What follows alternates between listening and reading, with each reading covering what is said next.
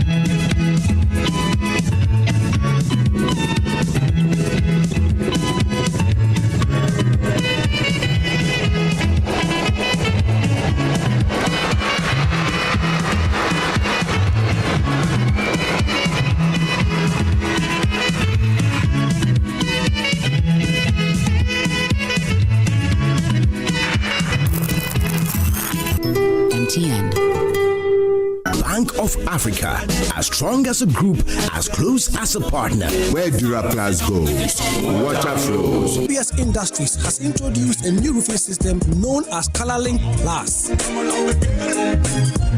Flamingo paint, simply superior. Syntax tank, are you strong? Are you tough? Cherry Tree Properties. We develop spaces as though we were going to occupy them.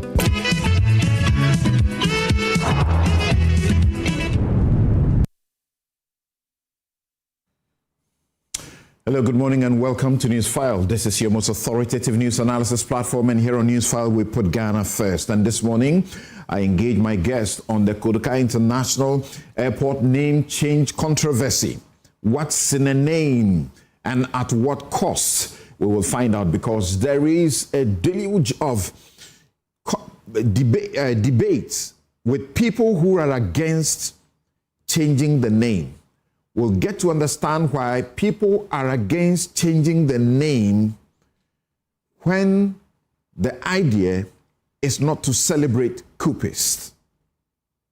Dr. Bawumia wins the NPP flag bearership again, resoundingly. Now his job is to fix the friction, reconcile the party with the hope of winning elections in 2028. How is that going to pan out? Is there an agenda in this reconciliation to topple the minority leader, Afenyo Marking, remove him from his position? Inflation drops to 3.8%. Does it affect your pocket? Should it? So what? But is it the case that these figures have been cooked? We'll be right back.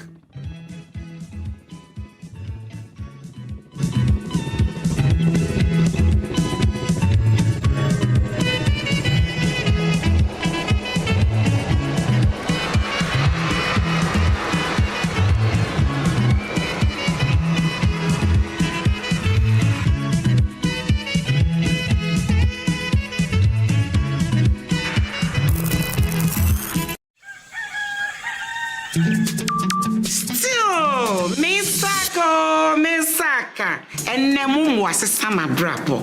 And it can afford swab Misaka pensions, Caro. Misaka order Sika.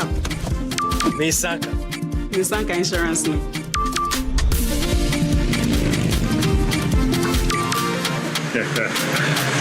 Misaka loan.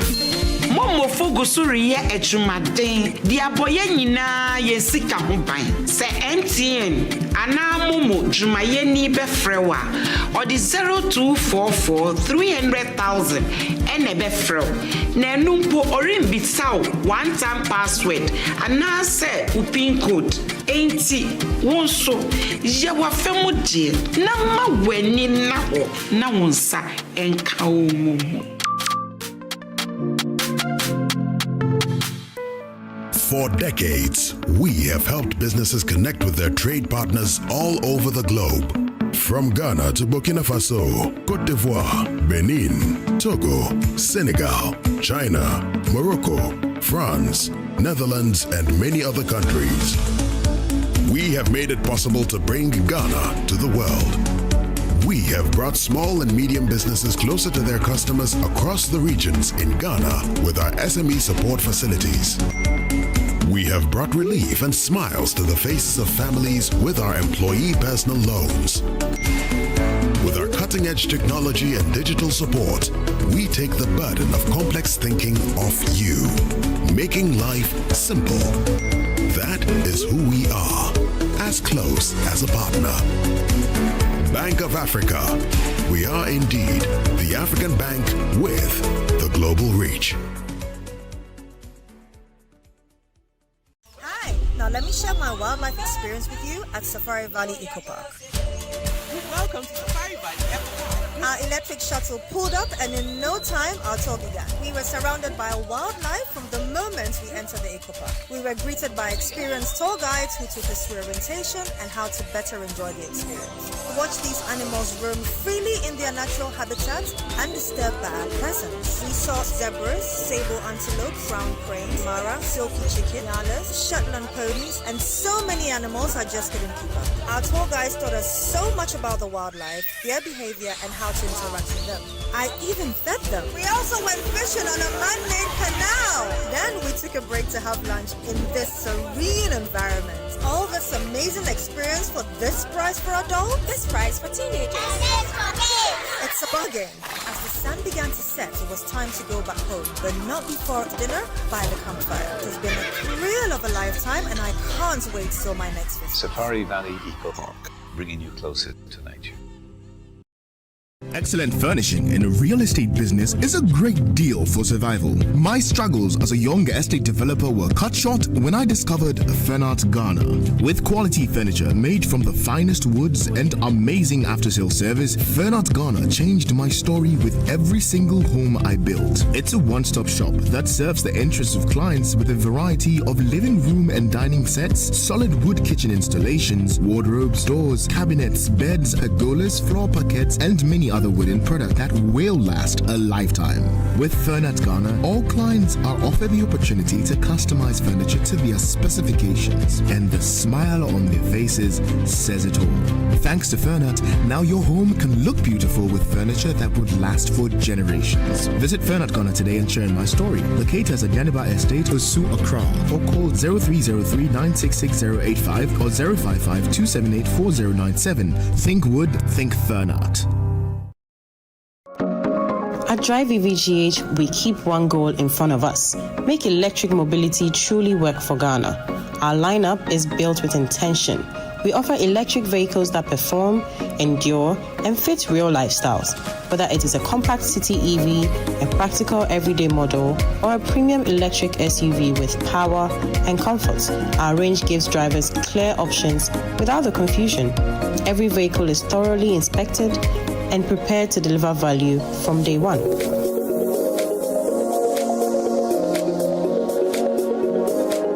Our EV Service Center supports all electric vehicle brands with diagnostics, battery care, and general servicing. It is expert support designed to keep every driver moving. With XCharge EV, our expanding charging network at key locations across the country, making every journey predictable and reassuring. Drive EVGH, the standard for electric mobility in Ghana.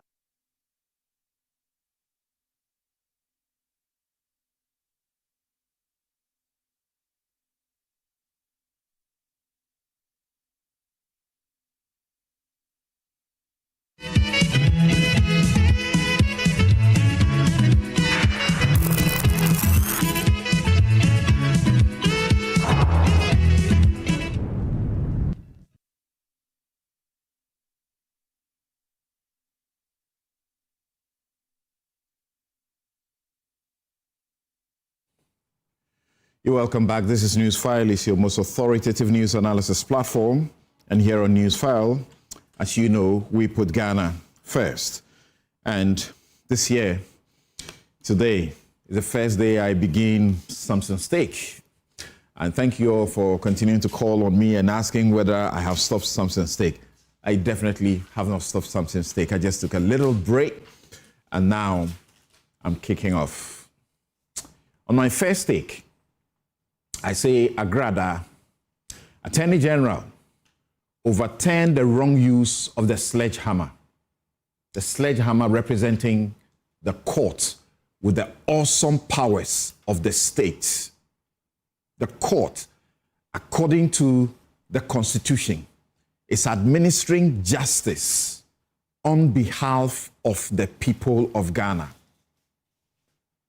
How many times must the victims of spiritual fraud in this country watch as their quest for justice is vaporized by judicial mercy? Mercy that borders on the inexplicable. On Thursday, the Amasaman High Court didn't just reduce a sentence, it dismantled the deterrence that the sentence was supposed to serve. Patricia Esiedua, aka Nana Agradaa, was handed a 15-year sentence by the circuit court. This was not the circuit court doing something and handing a sentence because they felt like it, but as the law commanded it to do. Of course, within a range. She wasn't convicted for a simple misunderstanding. She was convicted under Section 1311 of the Criminal Offences Act, 1960, Act 29, for defrauding by false pretenses. That is a second-degree felony. That law that stipulates sentences is what I'm holding in my hand here. It says that if you commit an offense that borders on first degree, you could get a sentence of life imprisonment or less. If you commit an offense which is a felony, a second degree felony, you could get up to 10 years, but this has been enhanced to 25 years. Now, there are also this lesser offenses called misdemeanors, for which you may go to jail for not more than 3 years. These thresholds that have been set are supposed to be a guide, and for a good reason. She was also convicted under Section 137 for charlatanic advertisements. Look, it's not a joke that the charlatans we have around who are invoking God's name in vain, some are engaging in political campaign in the name of prophecies. And we know they are liars. Because when they said God says this, and the Bible says God does not lie, and it doesn't come to pass, they told a lie in the name of God. Under our laws, a second-degree felony, as I have said, is no mosquito bite. It carries a potential penalty of up to 25 years. Yet Justice Solomon Oponchumesi saw fit to slash 15 years down to a mere 12 months, which 12 months means that she should be out of jail in the next 2 or 3 months. His reasoning: an analogy from former President Kufuor, not law, about not, quote, killing a mosquito with a sledgehammer, end quote. This is a travesty of the sledgehammer. But here is my take. Agradaa is no mosquito. As Professor Koku Azar rightly pointed out, organized faith-based fraud that targets the desperate is a predatory shark, not a flying insect. To suggest that 15 years for a serial premeditated felony is excessive because only 4,000 Ghana cedis was involved in this specific charge is to ignore the social harm. When a judge reduces a felony sentence to what is essentially a time-served slap on the wrist, the law ceases to be a shield and becomes a suggestion. We saw this with Bishop Obinim. Bishop Obinim is walking free. He famously stepped on the stomach of a pregnant woman on national television. The nation was incensed. But what happened? He walked. That is the face of impunity. Elsewhere, he will not be walking free and continuing what he does. Encouraging impunity by reducing this sentence to 1 year, the court has sent a dangerous message to every money-doubling charlatan in Ghana. Those in the church who are selling canes, who are selling cocoa, who are selling, what's the name again? Drinks. They are now being told to go ahead, defraud the vulnerable, and at worst, they will spend a few months in a cell and pay 200 penalty units, 2,400 cedis. A pittance compared to the millions they rake in. This judgment is substantively unreasonable. An appellate court's job is to check for legal errors, not to substitute the law with personal metaphors about mosquitoes and sledges. Dear Attorney General's Department, you work for the state, and we are looking for a state that has a moral conscience, a conscience that deprecates the conduct of people like Agradaa, the conduct of people who look at our mothers, vulnerable ones, who are pregnant, and step on the pregnancy many times with all the force they can muster and still walk out of a court. The conduct of people invoking God, doing political campaigns and apologizing for it, and we think everything is fine.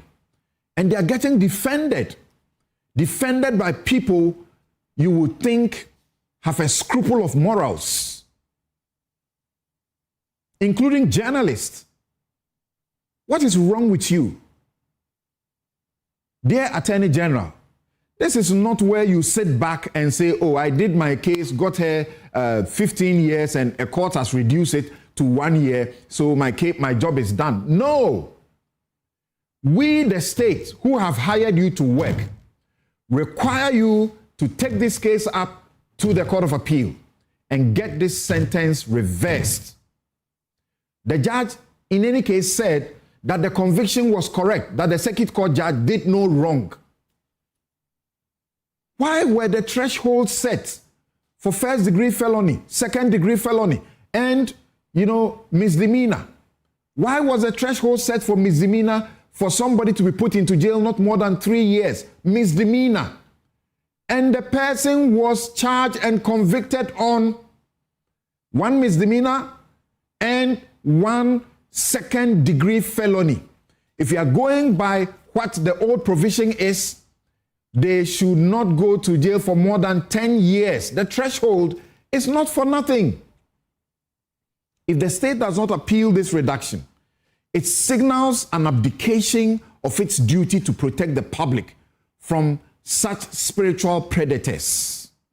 We cannot build a society where the high profile and the repentant get a pass. I mean the repentant, unquote, get a pass, while the poor rot in jail for stealing a goat. AG, it is time to act, overturn this sledgehammer ruling, and restore the teeth to our criminal justice system. And that will be my take.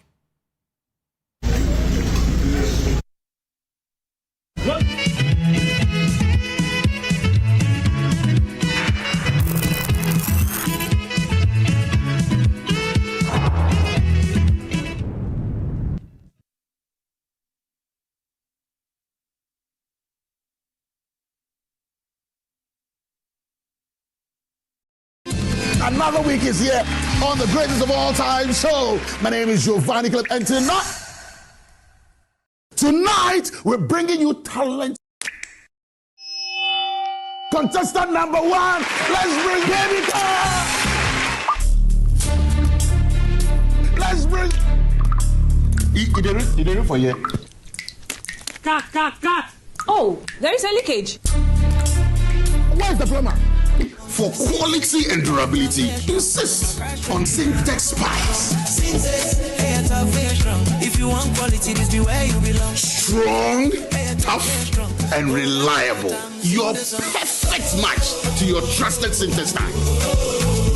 Syntex pipe, it dey carry water, no wahala. Syntex pipe, it dey make water dey flow. Syntex, and you're strong, and you're tough. Are you weary of land disputes and never-ending legal battles? It's time to claim a legacy that truly belongs to you. Welcome to Rehoboth Havens, where we simplify the journey to home ownership for Ghanaians, whether you are at home or abroad. Located in the Tranke Hills of Ayimensa Damfa, our community offers stunning vistas of the Pediasi Ebri Mountains. Experience peace of mind in our secure, gated community, thoughtfully designed for your comfort amidst beautifully landscaped surroundings and premium recreational spaces. At Rehoboth Social Housing, we are here to turn your dreams into reality. With just 30% deposit, move into one of our ready-to-occupy homes today. We will extend your remaining balance over 5 years, providing the flexibility and assurance your family deserves. Choose from our modern 2-bedroom homes, the luxurious 3-bedroom Sunbay, or our spacious 4-bedroom detached residences. Starting at just 675,000 Ghana cedis, your dream of home ownership is finally within reach. Don't wait any longer. Call us today at +233 55 375 1933 or +44 7917 376631. Rehoboth Social Housing. Your housing dream becomes reality.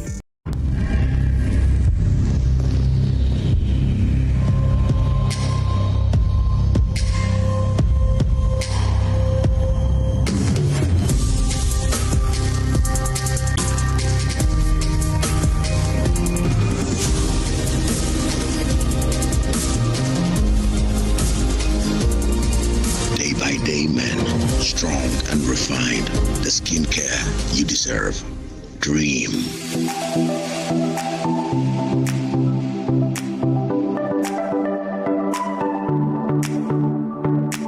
Anointed Executive Apartments is a new luxury destination located at Bowway Zero. This exclusive 12-unit apartment complex is thoughtfully designed with ultra-modern finishes and elegant interiors. Anointed Executive Apartments offers a refined relaxation experience, welcoming guests of all backgrounds, cultures, and nationalities. Choose from our spacious 1-bedroom, 2-bedroom, or 3-bedroom apartments, each crafted for comfort, style, and convenience. Enjoy breathtaking moments at our rooftop bar, the perfect space for fresh air, meetings, and entertainment. Whether for a short stay or an extended visit, your comfort is our priority. Book your stay at Anointed Executive Apartments today.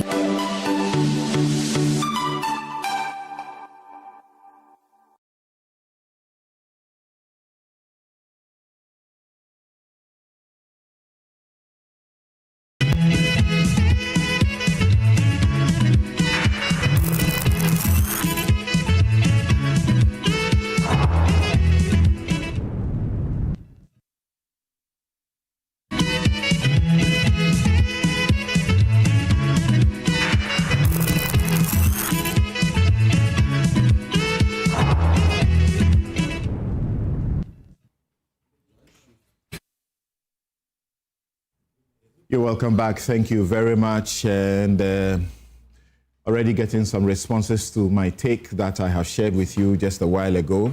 I'll invite you to go and also read a take by Professor Kwekwa on this matter, because this is a travesty. And then you could also read Kwabena Bracco Powers. Kwabena Bracco Powers is a lawyer, and he has also just made a write-up about the travesty that this decision is. So just look, if you Google Amasaman High Court's shocking Agradaa sentence reduction makes a mockery of Ghana's criminal justice system, it will take you to Bracco Powers' article. Professor Kwekwa's article is on his Facebook page. Let's all ensure that we keep a country that is keeping the moral conscience. Now, I'll introduce my guest to you, but take a look at this.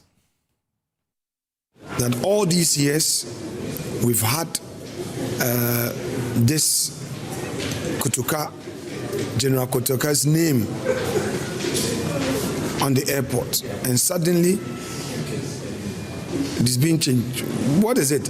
After it's Kotoka International Airport, Accra. So Accra is still there.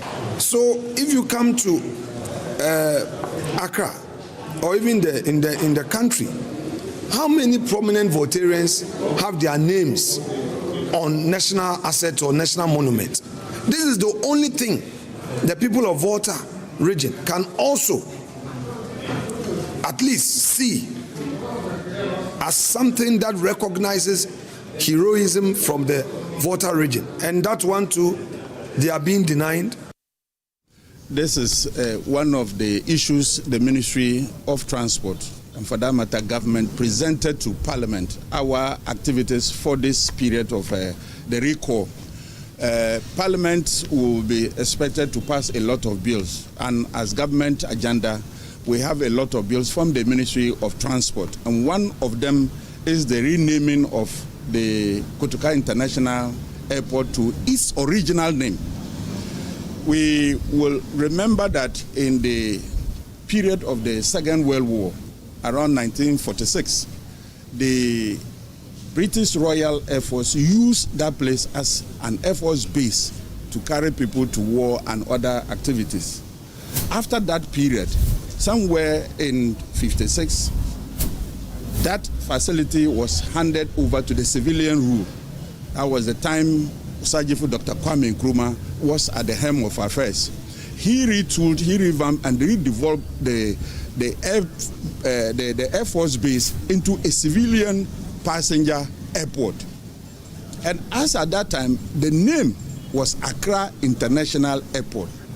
And that name is of significance to us we all here have accepted that Accra is our capital city, marketed, rich culture, and also locational identity. That everybody in this world, especially in the West Africa sub-region, knows that where this struggle for independence had a lot to do from Accra. And so renaming the airport to Accra International Airport is of significant importance to the Ghanaian people and, for that matter, the African personality. Now, the situation is such that we are not doing this with any political thinking. We are doing this to come from a very neutral point of view that Accra is our capital city. It is not anybody's name. If we want to name other monuments or any other national facilities to people, this is the time that we are looking at restructuring them. For the fact that we had a name and it was changed to honor somebody in his role in the 1966 coup, we feel that that history is not what the Ghanaian will want to hear. The fact that it had an original name, and that name was when the first president gave that name to the airport, we should do that, and Kwame Nkrumah himself in his grave will remember, even if the spirit is anywhere and it is coming home, it will get to his original Accra International Airport, no any other name. I mean, conservatively, we are looking about compared to other airports that have done some rebranding, we're looking at between $2 to $5 million to be able to effectively do this. But we also have to bear in mind that it might not be a full-scale rebranding, but a name change.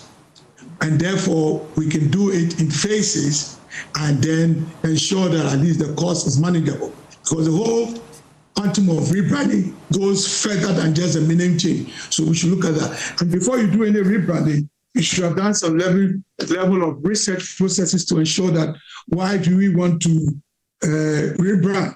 But here is the case that I think that is a political decision that is being made, and I'm sure a lot of stakeholder engagement have not even been done.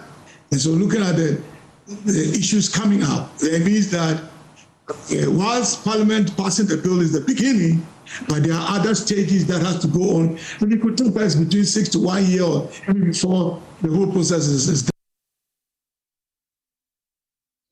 Yes, I mean, it's a critical issue to look at. First of all, we need to view this from the angle of history. I think within this space, we should not continue celebrating coup d'etat in Ghana, so that immediately you see the name Kotoka International Airport.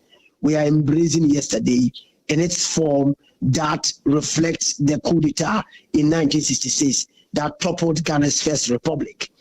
General Kotoka was a fine soldier, but that act he contributed to in itself was, for me, an act that served as a detriment to Ghana's democratic culture and also its democratic path.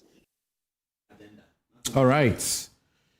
So that's Professor Samuel Edujemfi on the renaming of the Kotoka International Airport. He says we shouldn't celebrate coups or coupists. Questioning some are asking, including Dr. Kennedy, is how far back are we going if we want to do this? How far back are we going with this renaming thing? So in 1967, he was killed in the abortive coup. And here we are. We want to remove his name from our gateway. My guests in the studio have differing opinions, and we'll begin with Paul Adumochiri, who is host of Good Evening Ghana. He's a news reporter. Of course, regardless of all the problems that we have with him, one thing that we cannot have a problem with him is his sense of history, especially political history. Also here in the studio, before Paul Adumochiri, but after Paul Adumochiri, is Kwadwo Poku, Executive Director, Institute for Energy Policy and Research. and member MPP Communications team. Then you have Ataisa, who's MP, Sanerigo, and member Ghana Airport Company Limited Board. He's on the Finance and Trade Committees of Parliament as well. And then you have Senyo Husi, who is convener, One Ghana Movement, and trustee of the Ghana Coalition Against Galamsey. So, straight away, let me begin with Paul Adumochiri. You have been very straightforward that this is a wrong move, regardless of even not factoring in the cost that it will incur in doing so. What's your argument? That we should celebrate a coupist? Thank you very much, Samson, and good morning to your viewers. And thank you very much, everyone. I'm happy to be here. I like the way you said, despite of all the problems, I would like to know what some of those problems are. Oh, but yeah, fair enough. Many of us have our problems. Yeah, fair enough. But the thing is that you are upfront with what you do. That yes, I belong to this political leaning. I don't shy away from it, and so on and so forth. So why not? Okay. What this does is that, first of all, I like to put on record that when we followed the campaign of the NDC, this was never mentioned in the campaign. So this has not been a matter that they thought about during the campaign that they will do for Ghanaians, or they will use it to reset the Ghanaian agenda. They didn't talk about it. If you look at it critically, it's becoming very obvious that what all this is about settling political scores. It has nothing to do with renaming an airport. Really? It has everything to do with settling a major political part of our history, which is the sanctity and the 100% goodness of our first president and the illustrious Dr. Kwame Nkrumah. The point of the history is that since Nkrumah died, he has become much bigger than when he was alive. In the year 2000, the British Broadcasting Corporation, which did the survey, and in that survey, many of us as university students voted for Kwame Nkrumah because he was competing with Nelson Mandela, and Nelson Mandela was South African. And we didn't understand how the African story of the century can be told without the emasculation of colonialism and imperialism. And you can't attribute that to Mandela. The removal of colonialism, imperialism, and the fight against neocolonialism is certainly Nkrumah's fight. So we felt that it is actually unfair to compare Nelson Mandela to Kwame Nkrumah. We even thought that John Mensah Saba had done more than Nelson Mandela for Africa, but that's beside the point. So Nkrumah then ends up by the year 2001, 2002 as this ultimate political hero who has no blemish. Now, since 2017, at the outset of Akufo-Addo's government, he began to demonstrate a certain penchant for the history of Ghana. In his maiden independence speech, and this was the first time it happened on Independence Day, he almost gave a history lecture to the audience at the Independence Square, to the point where it was becoming very long. There has been some concerns then at that time about that, and I got personally involved because I attended a forum at the Socialist Forum to discuss these things on the celebration of 24th February, which is always the big day. 24th February is the day Nkrumah was overthrown. So this year, the overthrow of Nkrumah is going to be 60 years long.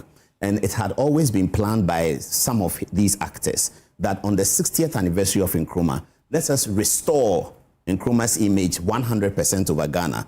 This Kotoka's name on an important edifice like the airport is the remaining last leg of the nemesis of Nkrumah that must be taken away, because they have been able to establish Nkrumah as the hero and the 100% hero since the BBC issue. Now, what we have been pointing out is that they started by arguing that Kotoka is a coup maker. Okay. And then that argument appears to be shifting. If you listen to Ambassador Kwesi Pratt, he was concerned that Mahama Ayariga is turning this whole thing into a tribal matter. That what is Zakra and what is all that? It's not about a tribal matter. It is about removing the image of some coup maker, as they say. Okay, you just talked about Arthur Kennedy, who then mentioned the coup maker, which Nkrumah put together, which I have in front of me, has Nkrumah's name buried in the Constitution, Article 10. Correct. Where it is talking about Kwame Nkrumah as president of Ghana. So it's talking about Kwame Nkrumah as president of Ghana in that Article 10. There's also a bit more. It is in this same 1960 constitution that Nkrumah decided that there was an amendment to the 1960 constitution in 1964. And if you look at the amendment, it will interest you to know that the amendments that was provided in the 1964 amendment included the fact that Kwame Nkrumah was now able to dismiss judges. Yes. And also, yes, he was able to dismiss judges. And also, the national flag of Ghana was changed. Mm-hmm. He also banned all political parties in 1964. Mm-hmm. And people were imprisoned.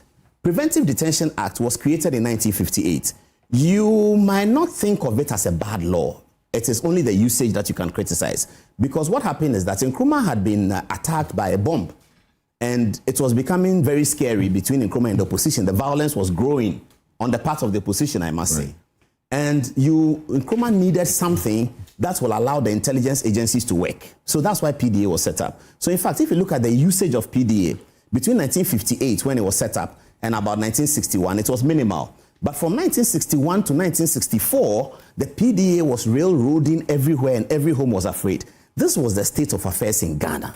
Now, because we are not accustomed to our history that much, and all of us, many of us talking today, were not born in that time, we all don't know that, and we are railroaded into Nkrumah as something. That's a situation where you could be arrested and put in custody without the intervention of a court.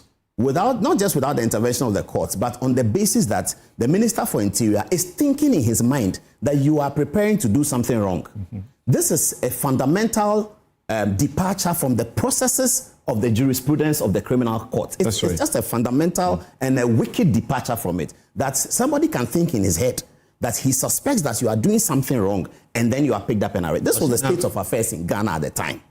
Now, there was nowhere else to go, because if you look at the amendment of the constitution, Nkrumah had made himself a life president. Correct. And he had also made CPP the only legitimate party. Now, this is the situation that led many African countries to civil wars in the 80s. Because these leaders in the 60s, a lot of these Nkrumah students who had won independence for their various countries through Nkrumah's efforts, had also become despots and were thinking like that. So Kenneth Kaunda of Zambia and all of those people, they were there till the 80s. They were there. And part of the reason why Ghana did not experience those civil wars in the late 80s and the 90s was Kotoka. That Kotoka came in and said, no, we can't do this. The only reasonable way to do was to remove him. How do we test Kotoka's fidelity to the nation and he and his friends? So they decided to do a coup. They took Nkrumah out, and they began to rearrange Ghana on the path of another constitutional democracy. And they left office, and they left in the hands of the constitutionally elected group of people. I must say that being an apostle of the right-wing philosophy, one thing I have always worried, even as a student, is that why did they ban CPP from the 1969 election? I thought that was blatantly wrong. And that is what led to the division in our country that we are still suffering. Busia and his people should really have allowed Nkrumah to run the election. If Nkrumah had come and he had lost the election, Busia had won, Nkrumah would have been minority leader in parliament in 68, 70, 71, and I guess the coup may not have come. Nkrumah may have won elections again in 74, and Nkrumah, if he left as he left and still was part of politics, would now have realized the kinds of things he was doing and why the coup itself was necessary. I'm sure that if you take Nkrumah's brain at 1954, he will support the coup. If in 1954 Nkrumah will support the 1966 coup. Oliver Vomaho, when Akufo-Addo was president, thought that the soldiers should overthrow him because the government was very bad. If Oliver Vomaho had lived in Nkrumah's time, I'm sure he would have been a suicide bomber because it was much worse. Now, this is the state of affairs, and Kotoka was the rescuer. So we grow up later on and see coups, and we say he's also another coup maker. No, but he was a rescuer. The South Africa airport is named after Oliver Reginald Tambo. That's right. He was a terrorist on the list of everyone in the world, UN and everybody. But well, even Mandela was on terrorist list. The airport list. was named after him. So what we are saying is that let's put the history in proper perspective. If after we all have acquainted ourselves with this history and then understood why Kotoka may be considered a hero, for which reason the airport will be named after him, not just a coup, but the kind of circumstance that occurred, then if after all that, the people still want to name... So that from your point of view, Kotoka will be a liberator. That for a period, for almost 10 years, nobody could breathe in this country. There was nothing like freedom of expression, freedom of association, because Nkrumah had become a terrible despot. Correct? That's the point. Not just that. The 1960 Constitution, and in Ghana we have had 60 constitution, we are at 69, we are at 79. I dare say that the 69 constitution will work today. If you look at the provisions of it, it will work today. 79 will work today. They should tell us whether 1960 constitution will work today. A constitution that says that the president can sack judges. A constitution that makes no provision for a presidential election. Zero provision for it. The election of the president occurs when the president resigns, when the president is not there. There's nothing like on this date we are going to have an election. And it's actually named in the constitution. Yes. Now see what happened. Nkrumah was popular. Yes, he was. In 1951, he won the election. 54, he won the election. 56, he won the election. You cannot win 3 successive elections in those days if you are not popular. But here's the charge. In 1960, Nkrumah knew that if he ran an election on universal adult suffrage, he might not win. So he decided to obscure the election and call it a plebiscite and do something funny. Fair enough. Ghanaians were waiting that, okay, another 4 years, because we are now turned into a constitutional regime. So every 4 years, we must have election. Another 4 years will come, we'll have election. 64, everyone was waiting for the election. What happened? The proper coup d'etat. Nkrumah overthrew the constitution as a president with the parliament and said that we will not have any election anymore. CPP is the only party. All other political parties are banned. A president whose finance minister can run away from parliament. A president who sits in a parliament that 1/3 have run away. A parliament that was elected in 1956 and no election of the parliament until 1966 when the coup came. 10 years of MPs in the house, no election. This is the state of affairs in Ghana. And these our friends, Kwesi Pratt and Co, would like us to say that this is okay. We shouldn't say anything about it. How should we not talk about it? When we say bring up the history, let's discuss, then Nkrumah say, no, don't talk about it. No, don't talk about it. Why should we not talk about this? Now, this is what has helped Ghana. This is why Ghana is different from other countries. Kotoka is the reason. Kotoka are free for Ankara. They are the reason why Ghana is different from other countries. That's why we didn't have a despotic leader who had been in power 20 years, 10 years, 25, 30, 45. When Ghanaian young people hear that, they wonder, what is that? Somebody has been in power 45 years. Museveni, Uganda. Hey, no Ghanaian young person can relate to that. They can't relate to that because of Kotoka. If it's not for Kotoka, Nkrumah would have been president till we finish school. But when Jerry took over, he almost did 20 years. But that is why there was such excessive pressure on Jerry. If you read the 1988 report of compulsorily go and democratize, that's why there was such much pressure on him. And that's why Jerry succumbed to that pressure, because he was scared of the Nkrumah situation. So much as he was strong, he was being told that, Charlie, don't become an Nkrumah, the coup will come. So let's go and democratize. You are popular, you can win the election. And that's what happened. So you insist that Kotoka deserves recognition by leaving his name on our gateway, our airwaves gateway. Couldn't he be compensated by some other means, as is being thought of? I'm coming to that. I'm not the president and I'm not the government. The government will always have to decide who goes where. But in making that decision, they have to carry us along.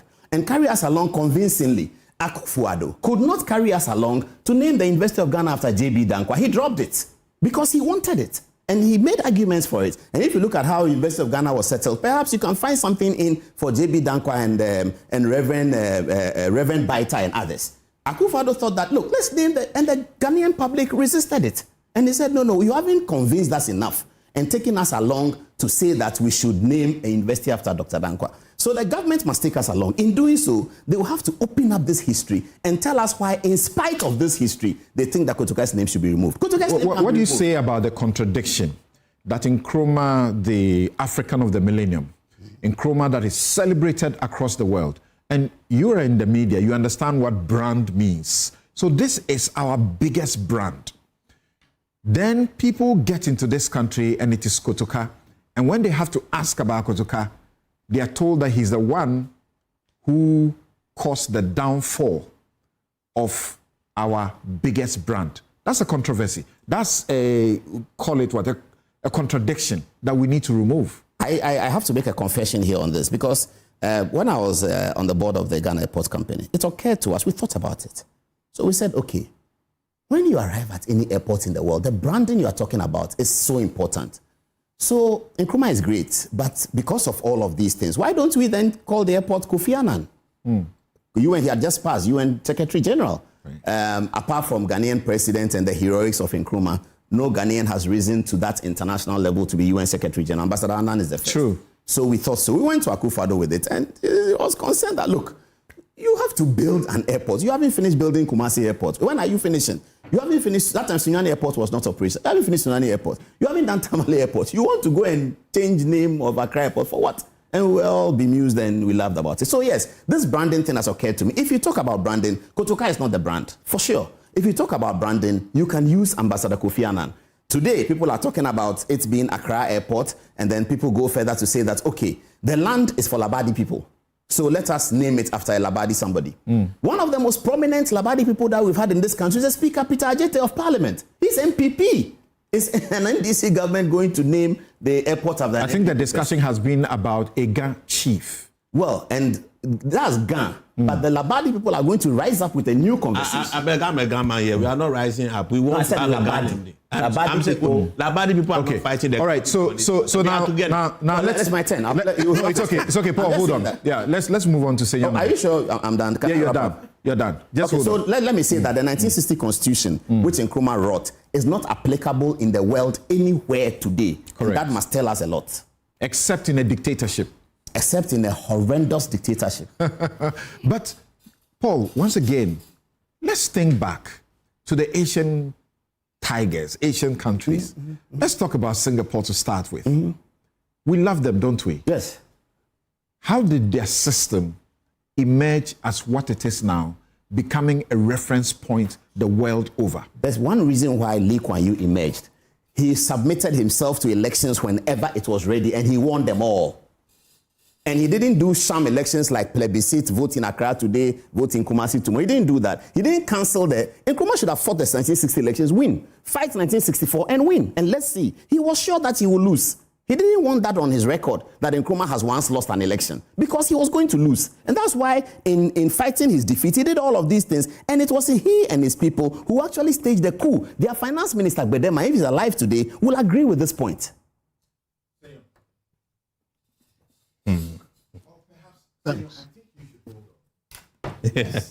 Hear from, Isa, because it's important to get people to understand what the intention of the government really is, why this should be a preoccupation in the first place.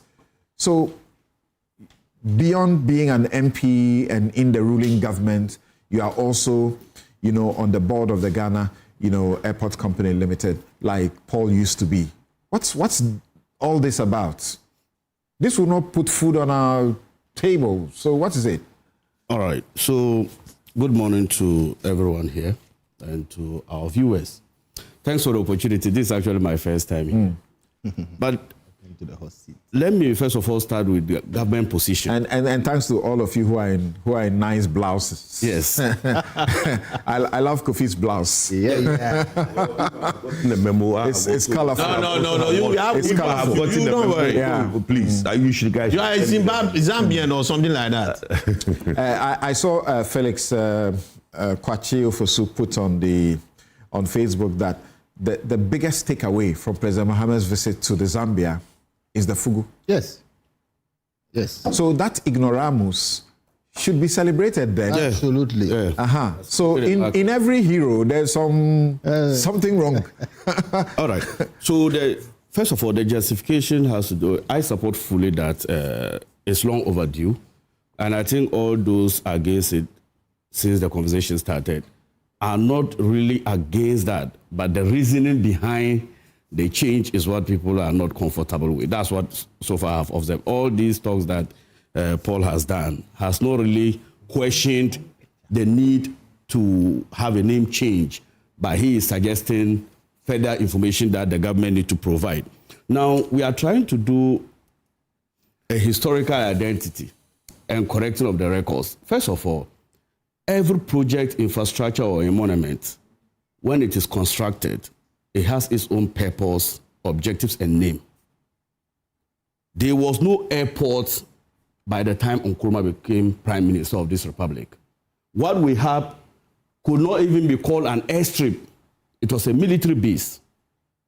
Somebody thought there was a need for the country to have an international airport that would liberate us from mental slavery at the time. He thought of opening borders among African countries to increase trade and liberalize our economies. That was the reason why we established the international airport there. At the time of initiating that project, even at the commissioning, the project came with its name. So we are just trying to do the historical identity in this matter. that the time that the project was constructed, it came with a name. The person who built it hasn't used or didn't use his name to name after the project, but he looked at identifying the local roots of the Ghanaian economy at that time, which was Accra. So why has Nkrumah become a consideration for the renaming rather than Accra International Airport? No, it is the Accra International Airport that is we currently have, even at the board level. There's nothing like Nkrumah International Airport. That has not come up. You have heard some of your MPs suggest that that is a suggestion. There's thinking about some Ghana chiefs and other things. Fortunately, you said that I'm a member of the board. That's right. That is what the discussion is about now. We haven't personalized the infrastructure because you give opportunity for future governments to come and meddle with this type of conversation we are having right now. So the historical identity and correcting the records in this matter is that the time that the airport was constructed, it was named Accra International Airport and it must stand. Now, you don't profit from overthrowing the same president who established that airport.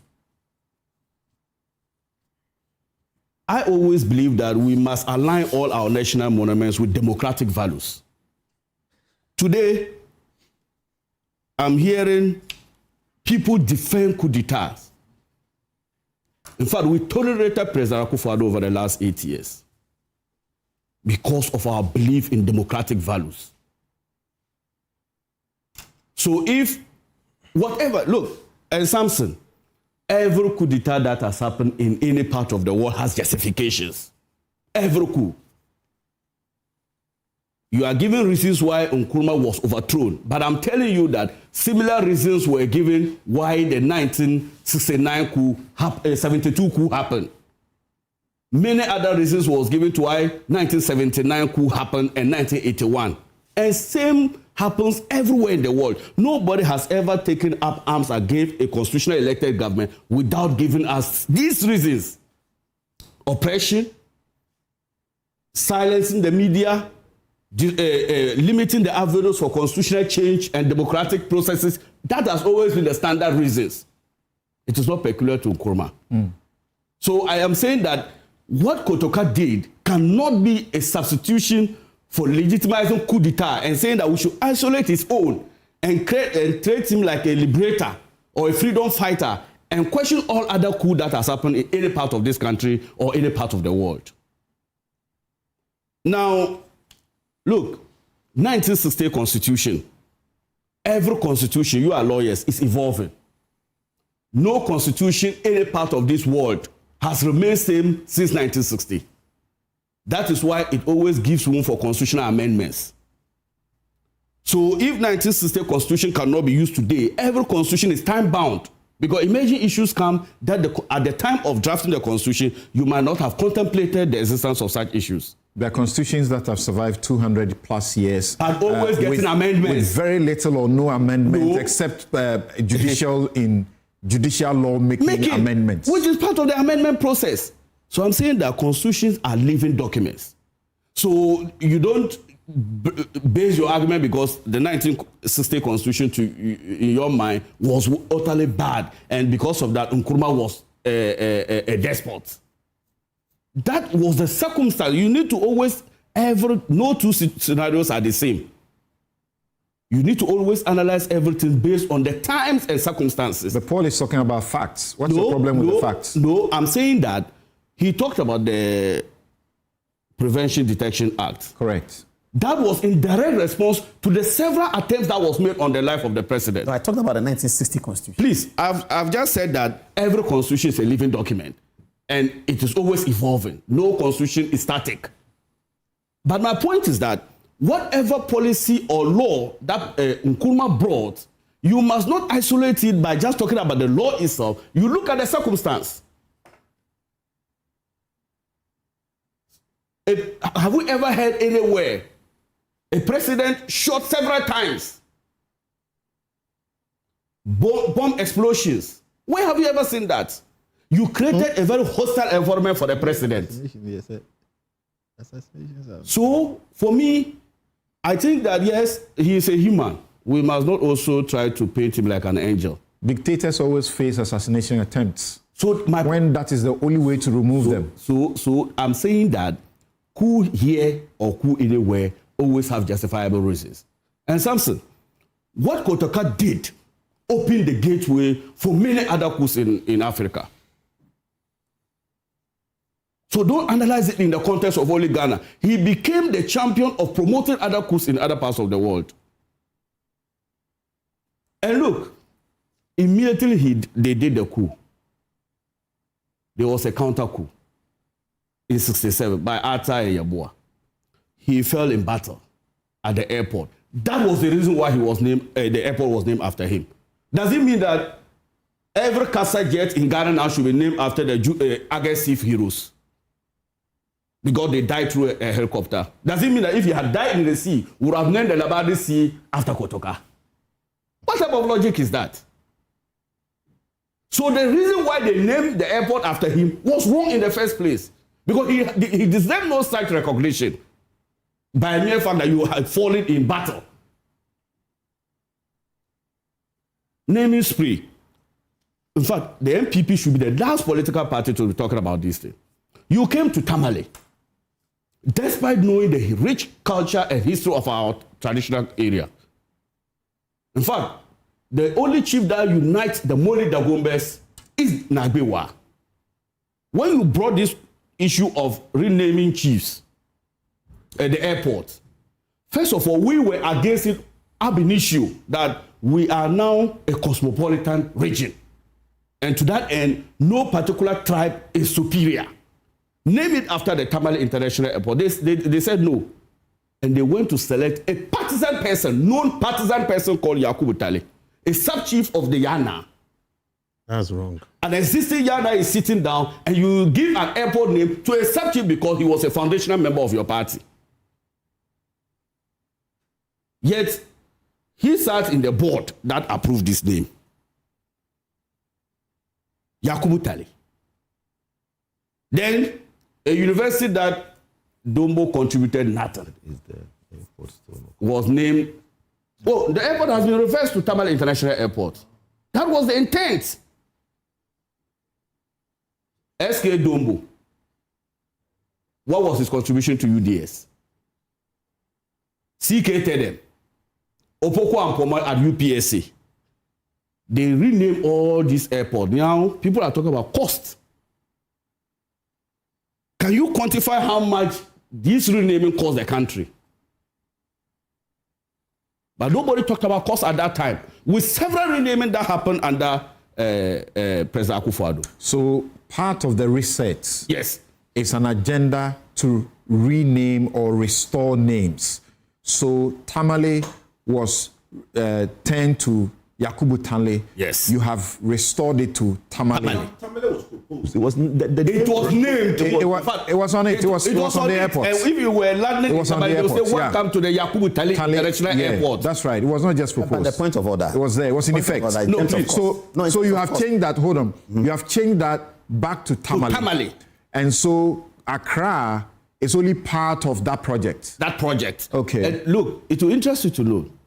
When we went to Kumasi, Kumasi was renamed Prempeh International Airport. Prempeh the second. The first. Prempeh the first. Sorry. Good. This was agreed with the traditional leaders. So that showed the identity of the Ashanti Kingdom. So that's what I'm saying, that when you are doing such things, you must always engage stakeholders. Which traditional leader in Ashanti will disagree? So if they had come to Yana, and we said we want Bewa, everybody would have fallen in line. But you want to give it to a Tolon chief, a former chief. No, but the division there is not the same as the manner in which, Asante has coordinated control over the Ashanti region. Yes. But there's a regional traditional council that should be able to sit and discuss it. So my point is that Prempeh is not rejected by this government because we see it to be an organic. You won't dare. No, can I make a point of order on the cost? He said, you won't dare attempt to reject Prempeh if you were not interested. I'm saying that because you won't dare touch Sikeja. That's the point. You see, we see in this country, people see how People see how the political leaders treat chiefs. Yes. True, they are afraid. And the selective nature of treating the chiefs. Yes. There are ethnic, groups that are not happy about it. Yes. But because of the numbers in votes and things, you the politicians can't do otherwise. That's what you do. That's not even part of the consideration. In fact, we don't place one region above the other. In the second place, was a consensus agreement between if Otumfuo Osei Tutu says, this is the name I want, you guys can't do foco about it. And I'm saying that it is not even part of the conversation. But that's what I'm telling you. Don't say there was consensus. Meanings to it. Don't say there was consensus. Don't attribute meanings to it. Then I hear this regional and tribal bigotry analysis in this matter, saying that an Everman, the only Everman whose name is been given to a national monument, then the voters vote for the NDC. Such conversation should be treated with the contempt it deserves. We must not trivialize this type of conversation to regional bigotries and tribal bigotries. The fact of the matter is that the reasoning given by this government to restore it to the day that the project was commissioned, it came with a name. Yeah. So people, there are people who align with the soundness of that kind of argument. But again, at what cost? Yes. So I've said something about the cost. All over the world, you are going to have to change this. Yes. At what cost? Yes. Paul, I'm coming back to you. So first of all, we need to ask ourselves this question. I've already given you numerous other renamings that happened in the past. It came with cost. Electoral Commission, even with a logo, it came with cost. The country was able to find money to deal with those issues.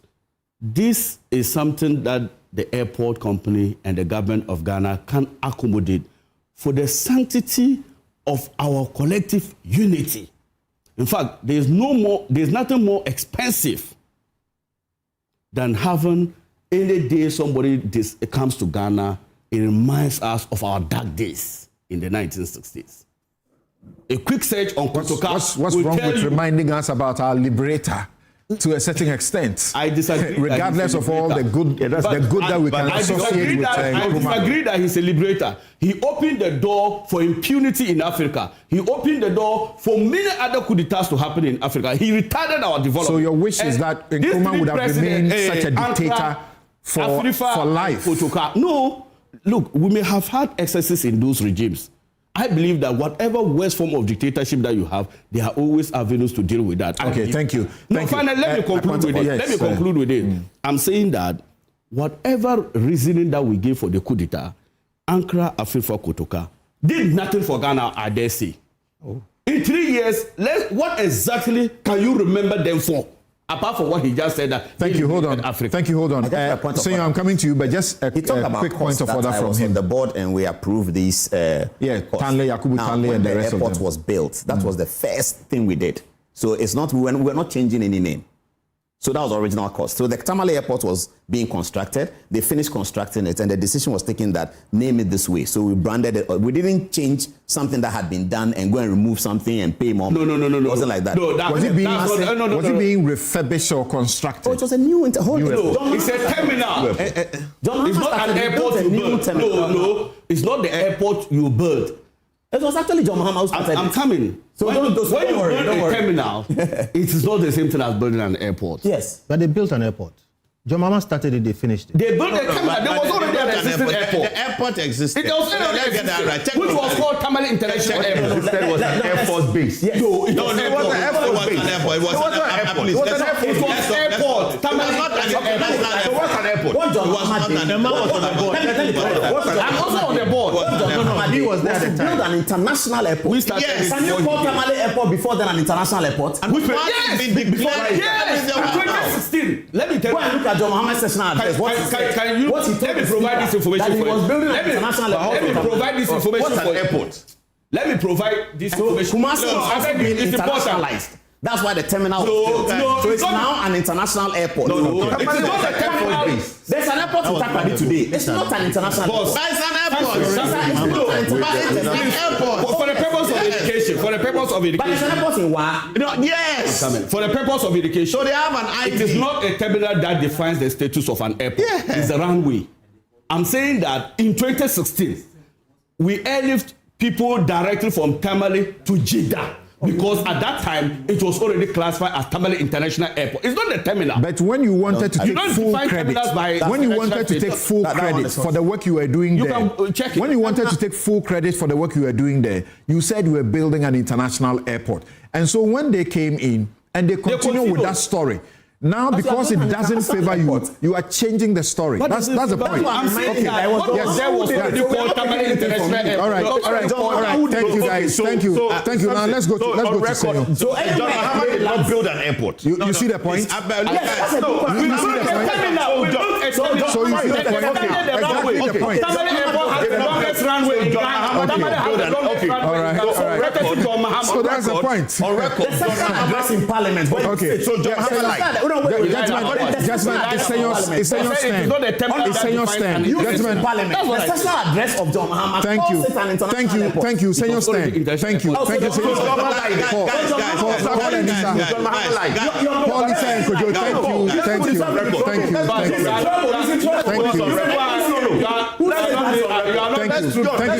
Thank you guys. I'll take a break. I'll be right back. We are taking a break. We'll be right back.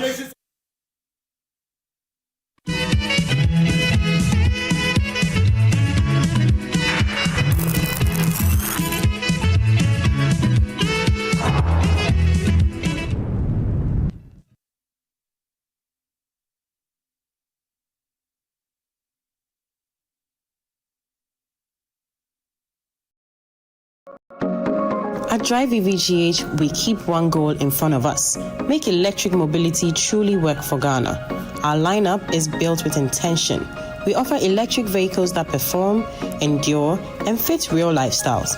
Whether it is a compact city EV, a practical everyday model, or a premium electric SUV with power and comfort, our range gives drivers clear options without the confusion.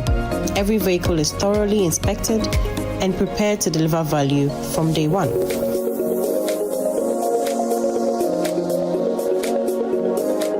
Our EV Service Center supports all electric vehicle brands with diagnostics, battery care, and general servicing. It is expert support designed to keep every driver moving. With XCharge EV, our expanding charging network at key locations across the country, making every journey predictable and reassuring. Drive EVGH, the standard for electric mobility in Ghana. Dear Gold Board Jewelry customers and value supporters, on behalf of the board, management, and the entire team at Gold Board Jewelry Limited, I extend our heartfelt gratitude for your invaluable support and contributions. It is because of you that we continue to stand strong and grow.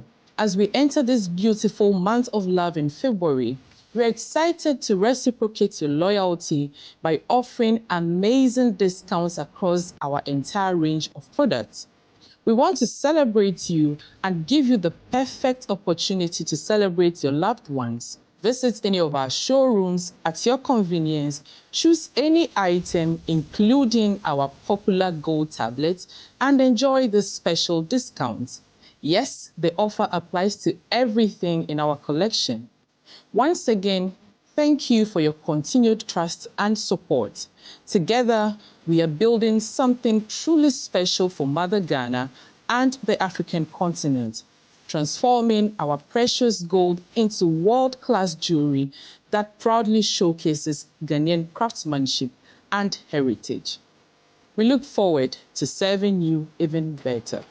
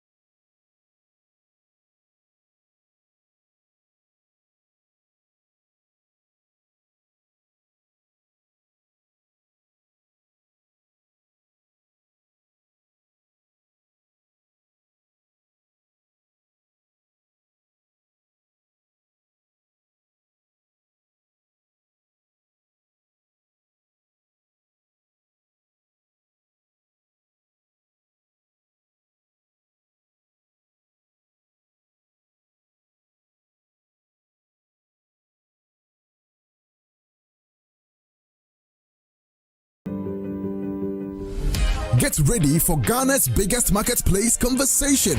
The Thrive 2030 project proudly presents the National Market Actors Forum, happening from 24th to 26th March 2026 at the Modern City Hotel, Tamale. We are inviting expressions of interest from actors in crop and plant-based value chains, tree crops and non-timber forest products, livestock and animal-based value chains, processing and agro-industrial value chains, handicraft and creative industries. Call 0547 918 817 0243 507 669 or 0241 178 948. Join us at the Market Actors Forum, where partnerships build prosperity. Excellent furnishing in a real estate business is a great deal for survival. My struggles as a young estate developer were cut short when I discovered Fernart Ghana. With quality furniture made from the finest woods and amazing after-sale service, Fernart Ghana changed my story with every single home I built. It's a one-stop shop that serves the interests of clients with a variety of living room and dining sets, solid wood kitchen installations, wardrobes, doors, cabinets, beds, pergolas, floor parquets, and many other wooden product that will last a lifetime. With Fernat Ghana, all clients are offered the opportunity to customize furniture to their specifications, and the smile on their faces says it all. Thanks to Fernat, now your home can look beautiful with furniture that would last for generations. Visit Fernat Ghana today and share my story. Locate us at Yaniba Estate, Osu, Accra, or call 0303 966085 or 055 278 4097. Think wood, think Fernat.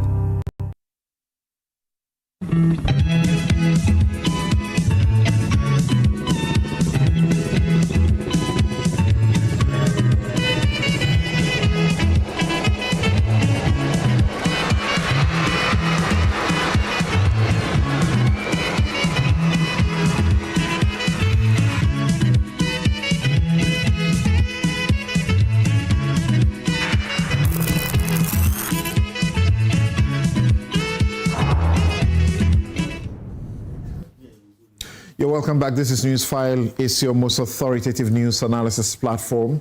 And Kujo Yansing is watching and says, men do not wear blouses. Well, you know, there's a lot of ignorance on social media, and sometimes the things that trend the most, a lot of ignorance in there. That's why some of us, we don't waste time on some of the things that happen on social media. Right. So, as you can see, according to a certain guy in Kenya, all of us, we are wearing blouses. Except all right. So if you are just joining us, this show began at 8 a.m. And if you missed it, Samson Steak began the show.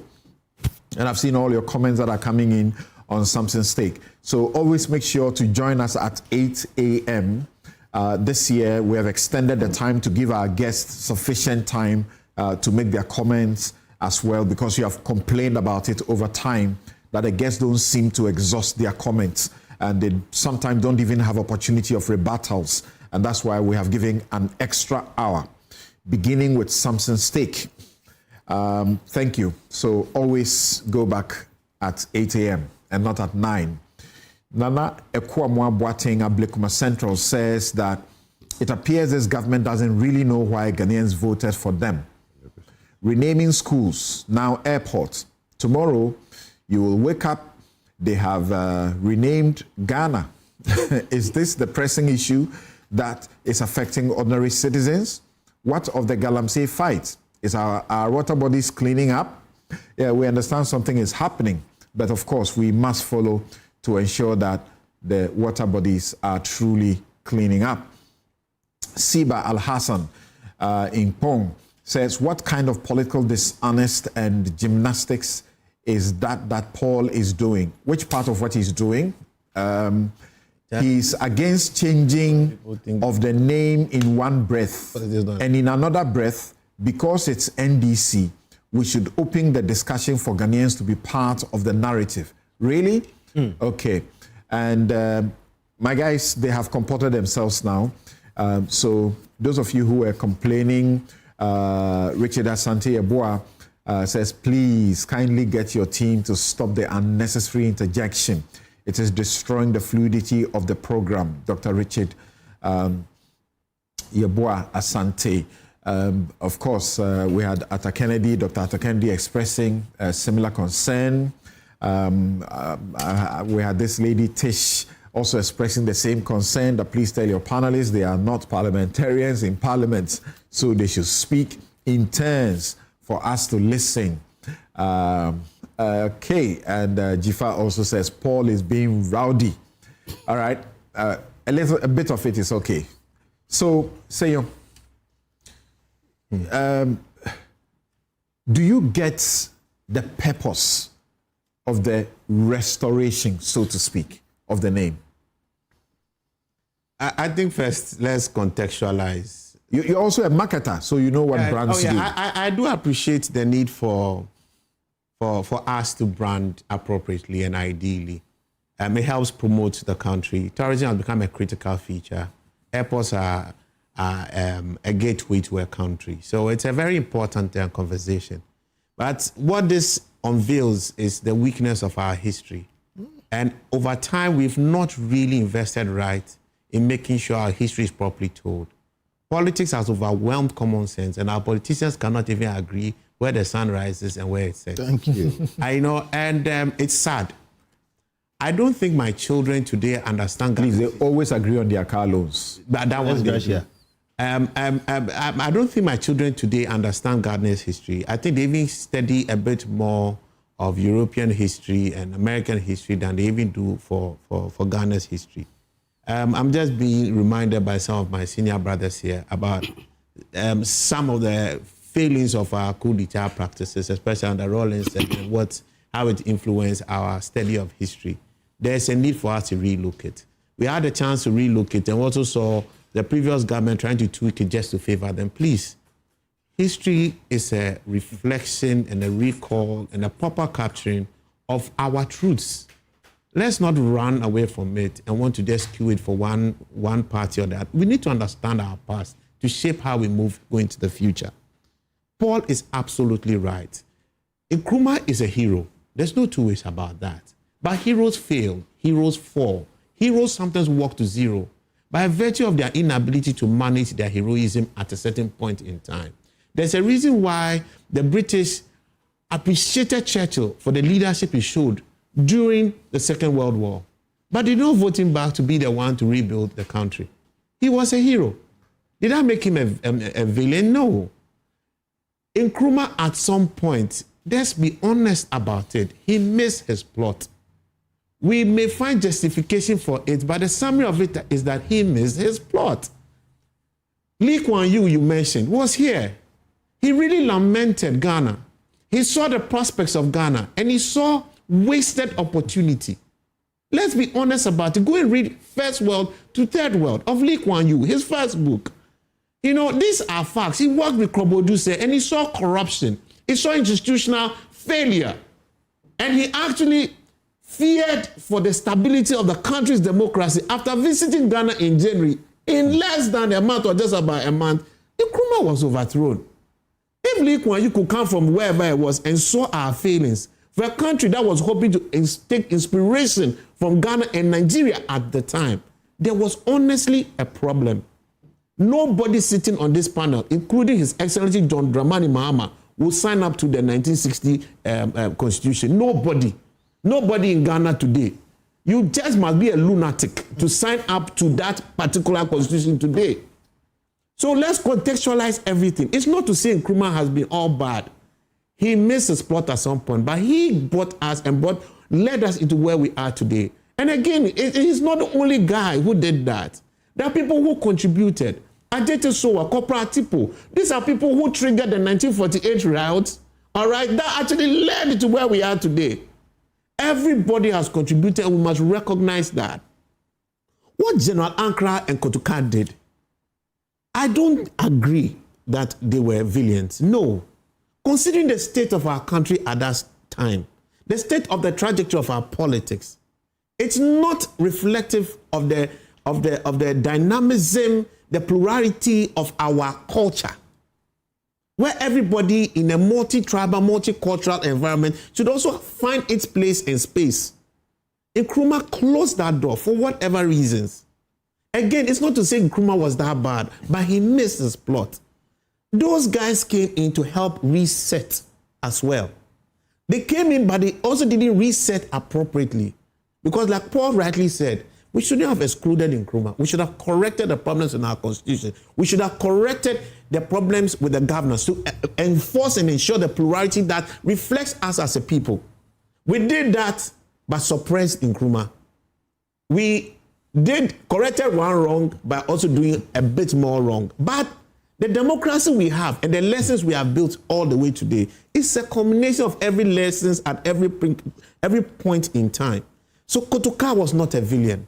He helped reset and help restore democracy, because democracy was truly lost. Nobody could debate these things unnecessarily. Again, saying that democracy was lost doesn't mean that Nkrumah ceases to be the great man of our time. No. He's a human being. He missed his plot. So we should settle that matter. Should we rename our airport? Kotoka's presence there was a reminder for all of us, those who understood history, about the need for us to actually continue to defend our democracy. Unfortunate as people may see it, it's not just a coupist thing.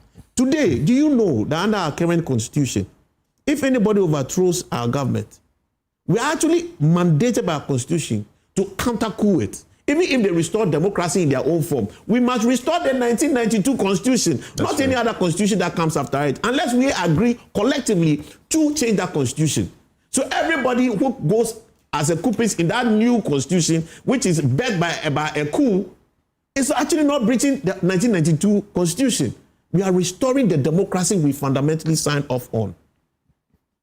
We can agree to move on. I have a problem with the names, though. There must be harmony and policy clarity in what is making us name airports. We have 3 major airports now. He's on the board. He says it is Accra and no other name. So if you have heard any other NDC MPs or government people suggest that they are looking for other alternatives, he says don't take any of their word. I mean, they are making the call, but I'm saying that there must be a method to this conclusion. What is informing it? And we must have consistency. We are multicultural, we are multi-tribal. We are not a homogeneous people. We must respect and realize that. The son of a Ga woman, a very proud Ga woman, the son of an Ewe man, a proud Ewe man, and I'm proud of my identity.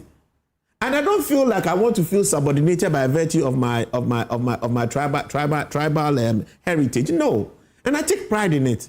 I learned in Kumasi, and I take pride in the fact that I see Prempeh the First there, and I see it because it will be able to teach my children about the history of our people. It will be able to tell tourists about the history of the culture they are flying into. So there's value in that. What is the policy governing the naming of our airports? We have a policy governing the naming of our FPSOs. We do it after ex-presidents. Dr. Kennedy is making a proposal that we should have a legislation that guides how we name anything in this country. I don't national agree, but because the absence of it is part of this chaos. You know something, Samson. You see how big our constitution is. It's like we have to legislate everything, including common sense. And governance reason. We shouldn't do that. We should be a people with honor, with a proper value system. We honestly sit back and we can largely tell what right is and what wrong is. There are a few gray areas, but we want to legislate everything because every day we are trying to take advantage of something. Because we are quote unquote bad people. No, otherwise, there's no written constitution in Britain. Look at this conversation we are having. Why do we need that? Because to have a policy around how you are naming your airports. To be clear. No. If it should be clear, if you want to propose something, you engage. Why shouldn't we have a conversation around the table? They went to since we can't do the commonsensical things collectively, we legislate it. And you see, I don't think that's the optimal way to build a society. But if that becomes the only alternative to ensure reasonability and sustainability, so be it. But we can't continue to build a society that way. Our society would fail. We must be a society with a framework of values that should guide what we do. That's why when we sit here and we cannot even agree where the sun rises and say because we are NDC MPP, then I realize that we are stupid people. But we are not stupid people. That's why we should be able to find common sense, find what's the name, reasonability, find consensus in trying to develop our country. Ghana is one. Whether it's NDC or MPP, if MPP were in government today, do you want to be a hungry man? Do you want your children to suffer? Nobody wants that. We want Ghana to progress. So we should be able to find consensus over things of... So, Senor, where are you? Look. Where are you? Should there be a renaming? Agree. I think it's okay to want to rename for those branding purposes. Kotoka served the purpose. There's a reason why nobody moved it. Think about it. How many governments have we had across the divide? Yet still nobody has touched that name because it represented something. If that what it represents can still be honored in a different way, and it's not that progressive for our time today. So we put the number on the screen for you to see. Yes, you know, for 57, nobody's touched it. 57 good years. But everybody discussed it. Everybody discussed it, but they come to a conclusion, don't touch it. You understand? There's a reason. Because it was a name of value. It represented and was even reminding the military people why they should even be there. It's okay. You want to change it today, that's fine. It should fit within a broad policy framework. Are we honoring the culture of the locations that we find these? Is it something that we will now say, look, the Ghana people have been so considerate to us as a people. Okay. They've given us their land as our capital. We overwhelm Ghanaians even on their own. Yeah, the Ghana people, we have taken everything away from them. Take everything. If we want to honor if people them, don't understand the land dispute in the Ghana state, it is because we have taken everything away from them. We have taken everything from my people. They are my people. We have taken and look, they are one of the most considerate people in this country. They've given Ghana almost everything they have. If you want to honor them, you see, we are doing this by honoring the culture where an airport is situated. For that reason, Prempeh should sit in Kumasi. Go and sit down with the Northern Regional, Traditional Council. It's also quite diverse. Let them have their consensus. If their consensus is that we are so dispersed, we rather agree that we want to just keep Tamale, so be it. If it is the Ghana people, let them also have that consensus. Give them that value. So there is a method to the action. What I see is no method to any action. All right? And I think that we are bastardizing the history in that process. And Paul, thank you so much for educating a lot more people here. Thank you. Let's not just throw Kotoka under the bus when we don't understand Kotoka. All right. He's been of value, and so has Nkrumah too. All right. A couple of messages before Kofi and Kojo come in. Mark in the US says that Kotoka International Airport was named in 1969 to honor Lieutenant General Emmanuel Kwesi Kotoka, a key leader of the February 24, 1966 coup that overthrew Ghana's first president, Kwame Nkrumah. Yes, we've gone through the history. He was killed at the airport during a failed counter coup in 1967, and the renaming served to commemorate his role as a liberator by the National Liberation Council government, where his statue stood at the airport before it was taken down during the airport renovation years ago, was the spot that he was shot and killed during the failed counter coup by Atta and Yeboah in 1967. Thank you. All right, thank you for that as well. That ping pong says, what is this obsession with Dr. Kwame Nkrumah? Yes, he's a huge figure in Ghanaian history, but I think we need to move on. It's like we're stuck in the past. Fosu says Paul Adomotri is smartly intelligent. His submissions on Kotoka's contribution to Ghana's peace is apt. However, it reveals a concern. Our history lessons education system must be intentional. We must endeavor to give us our real history as they happened. The young magician says Paul Adomotri is good at telling the history and aligning very well to make a justification. Naja Mensah says Paul Adomotri is doing the Lord's work on Newsfile.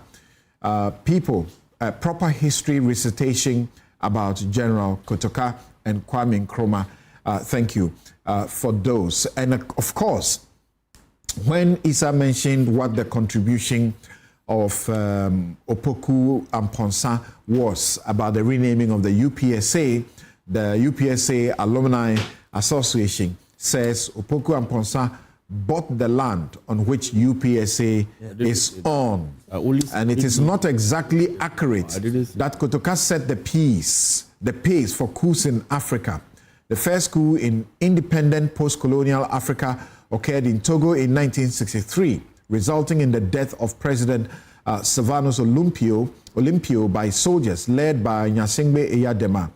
The Nigerian coup of 1966 occurred in January, a month before Kotoka's coup of February 24 the same year. Thank you very much. For our very distinguished viewers, people who matter, who watch this show, and making sure that we get things correct. Thank you also very much, especially those of you who don't want to be mentioned. Right. Rebel. Yes, sir. When you do the rebel work, you do the Lord's work, but we must point out your mistakes and your errors. Oh, absolutely, which is what I'm hoping to do. So let me explain where I'm coming from. I'm interested in the history. It's a tragedy that we are not teaching history. Don't canonize a rebel. That's all they are saying. No. That's why I'm saying I'm interested in the history. And I pay my dues when it comes to the historiography. Okay? If I'm wrong, let me know. But the truth is what I hope I'm going to tell based on what I have studied. Now, let's get this right. One, all great people have great flaws. Winston Churchill, one man, stood up against Germany, rallied the whole country, rallied the rest of the world, got America into the war and defeated Hitler. Winston Churchill was an imperialist and a racist. Yes. Terrible one. Great men have great flaws. Mahatma Gandhi, who we all know, okay, great man like that, he was a bigot. All right, we lawyers, we know about Lord Denning. Denning was a terrible racist. I still have his picture in my office. So Kwame Nkrumah was the greatest African of the last millennium, bar none. Nelson Mandela was voted second. Kwame Nkrumah from Nkrofo, not many people understand how he even got up from that place to become what he became, was the greatest president we've ever found. But me, Kofi Bento, I can give you a full lecture on all the things that were wrong with Kwame Nkrumah. You saw a bit of it from Franklin thing. Okay, but I'll always say he was the greatest African of the last millennium. When you were doing your Aspen Alewa Fellowship, did you read about Nkrumah from, this famous Kenyan poet? I remember something like that. Oh, this guy. Ali Mazuri. I interviewed him. Did you read? Ali Mazuri. Did you read his criticism? You remember he came to give a lecture when we were in school? Yeah. I remember. Yeah, correct. It was a fantastic lecture. Correct. It goes back here, man. He summed it up. Wow! Nkrumah was a great African, but bad Ghanaian. Yeah. Yes! He summed it up. So for all of you who may have read all of Nkrumah's books, there's a fellowship I'm referring to that Kofi and I have been part of, fellows of that fellowship. And we had to read Ali Mazuri's, work on Nkrumah. The paradox. And to tell you the bad side, we're always talking about his positive side. That's where I'm going. And all this preamble is to say, we are not bashing Kwame Nkrumah. No. Okay? But I say, I can give you a whole lecture about why. And it doesn't take away from him. We have to all learn so we don't make those mistakes. So right now, I have the Gen Zs in my mind. And I'm going to try and speak to them. And I've started the way I've started. The next thing I want to tell them is this. Time resolves many controversies. Time. When you are in the middle of something, you can't really appreciate it. But over time, many controversies are resolved. Now, when that is said, what you need to understand is this. Kwame Nkrumah, the greatest president we ever had, got to a point where his mind messed up. Many people, after they survive an assassination attempt, change. Donald Trump. Many people, I don't have time to go through the history, but Kwame Nkrumah went through a phase and he changed. Paul was talking about some of it, that popular as he is and whatever, he feared that thing, and so many things. I'm not good. You just mentioned Donald Trump, your Christian evangelicals, they are hailing him. Yes, and the guy clearly is not well. He's putting up pictures of presidents as apes, So the next thing I want them to understand is that after time resolving it, people also change, especially when they suffer some traumatic events or whatever it is. Now, all that said, note this is a fact of our history. A time came when Kwame Nkrumah became an insufferable despot. What I mean is, he will not let anybody breathe in this country. Ask your grandfather, they will tell you. If I lived at the time when Kwame Nkrumah wrote that constitution, he would shoot me because I will be on the street with you, my brother. Face. I said even the president. All of us will be suicide bombers. Yes. I'm telling you. So listen, I'm talking to the young people here. The veranda boys. Listen, he was great, but he wasn't perfect. And to that extent, people like even J.B. Dankwa, he locked them up and they died in jail. So at that time, you had a situation. Because of that situation, he was overthrown. Now, there are times when something makes sense within that space. We call them epochs, times. But that's why I'm saying time resolves many things. Now, there's a law passed to honor Ike Kotoka because at the time, he was the biggest hero in Ghana. He saved this country from a despot, and there was nothing else to remove him. Now, that must be understood in its context, but there's something else I also say about that. I said, look, some people do things which if they didn't do, nobody else will be able to do. Yeah. But some people also do things which if they didn't do, even time will resolve it. Let me explain what I'm saying. Kotoka did what he did, and at the time he was a hero. Justified. But what if Kotoka didn't overthrow Kwame Nkrumah? Kwame Nkrumah would die. He had cancer, he didn't know, he would have died.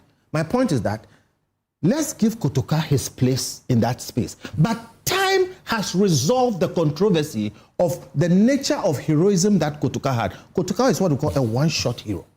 Kwame Nkrumah is a hero for all time. So over time, Kotoka's heroism has waned.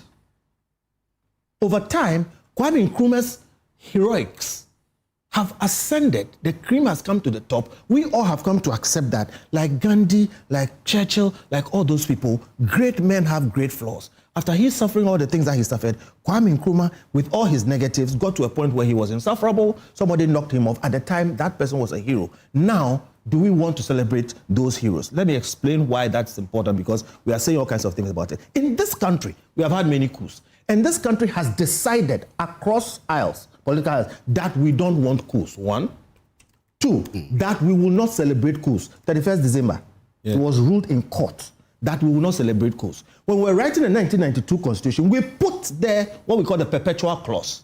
And in that clause, we said that anybody who does a coup and overthrows this Constitution, everybody, no matter who you are, should work against that person, overthrow that person, and restore this Constitution. That's what we call the perpetual clause. What it means is, in our Constitution, in our judge-made law, and in all our discussions, we have agreed as a country that, one, we will not celebrate coups, we will not tolerate coups anymore. And therefore, it stands to reason if today we say the heroic deed that Kotoka did, we have come full circle. Time has resolved that issue. And the resolution of the issue is to the effect that we will not celebrate it. Now, question is, when you weigh it all, is Kotoka a hero? He was a hero. Based on everything I've said today, I don't think we can post him as a hero per se to our children. We explain why he was a hero in a certain time. Is Kwame Nkrumah a hero? Yes, he was a hero. Is still a hero. All right? I said I can give you a full lecture about what was wrong about Kwame Nkrumah, but he's still a hero. Now, question. Who do you name an airport after? Oliver Tambo, Murtala Mohammed, John F. Kennedy. There is a certain way when you go around the world. That's right. So if you ask me, it looks like that. But I think we've named too many things after Kwame Nkrumah. That's my view. I think we've named too many things after Kwame Nkrumah. That's one. Number two, if you want to name something like an airport, even though Kotoka has its place, should you name your national airport? I think not. Let me give you a suggestion. The whole airport is there. Name it Kotoka. Let me give you a suggestion. We have Akwaje interchange. We have Tetekwashe interchange. Name the Pedwase interchange at Kotoka. That's fine. Why? The name remains. We can tell our children what he did in context. Let me tell you why I've come to this thing. Many years now, every time I say Kotoka. Primary school in Bama Company. Yes, because they have Kotoka little things here, but I'm saying something more prominent is befitting. The school, okay. So the whole airport, absolutely. Name There's the argument that what the NDC is seeking to do is important to them because Akufo-Addo has outdone them in honoring Nkrumah. You see, that argument leads to unnecessary strife, which is why I agree with Arthur Kennedy. In fact, we said what Arthur Kennedy said during the Jubilee Flagstaff House thing. I remember I said that, look, there is, you see, Senor was saying we should be better.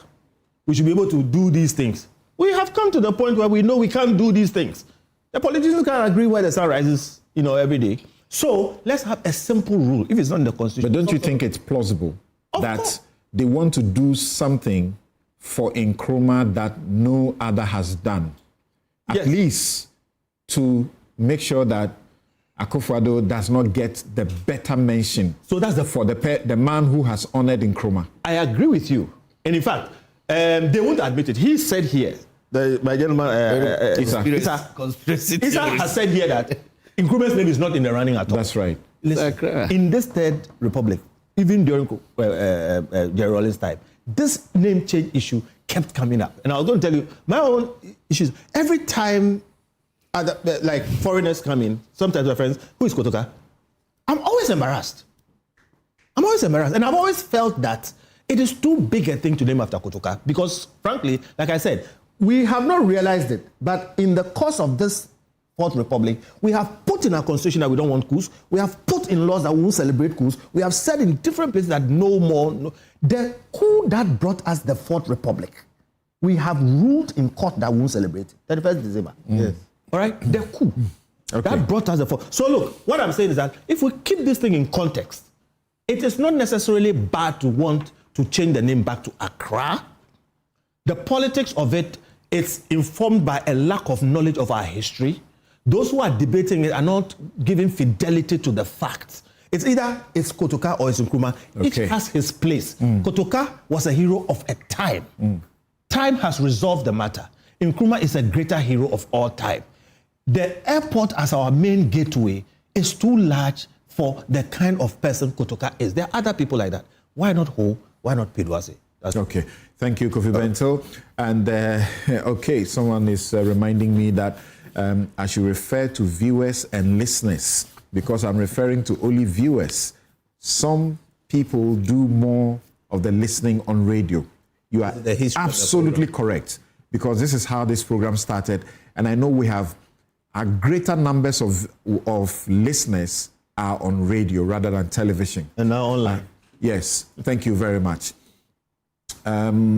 So before I come to Kojopoku, let me go to Gasma, and he says that we want others to recognize him as a visionary, a trailblazer, and luminary. Yet back home, we celebrate his removal. What a contradiction. Ask those who want to see the name maintained if they support the idea of having June 4 and 31st December recognized as a public holiday again. Well, the court has pronounced on that already. The NDC can celebrate it, but certainly not with our public funds. So that's a good question you are asking. And there's a correction. Thank you, Dr. Dan Kasati. Says that I mentioned Opoku Amponsa. It is actually Opoku Ampoma. Opoku Ampoma. Right. He did not just buy the land. He personally set up the defunct IPS as a private institution, which was confiscated by the military regime in the late 70s. Naming the university after him is therefore legitimate and the right thing to do. So there was a lot of consideration that went into that. And thank you also, Frank Anderson Jr., for bringing in my attention to that correction. Now, could you?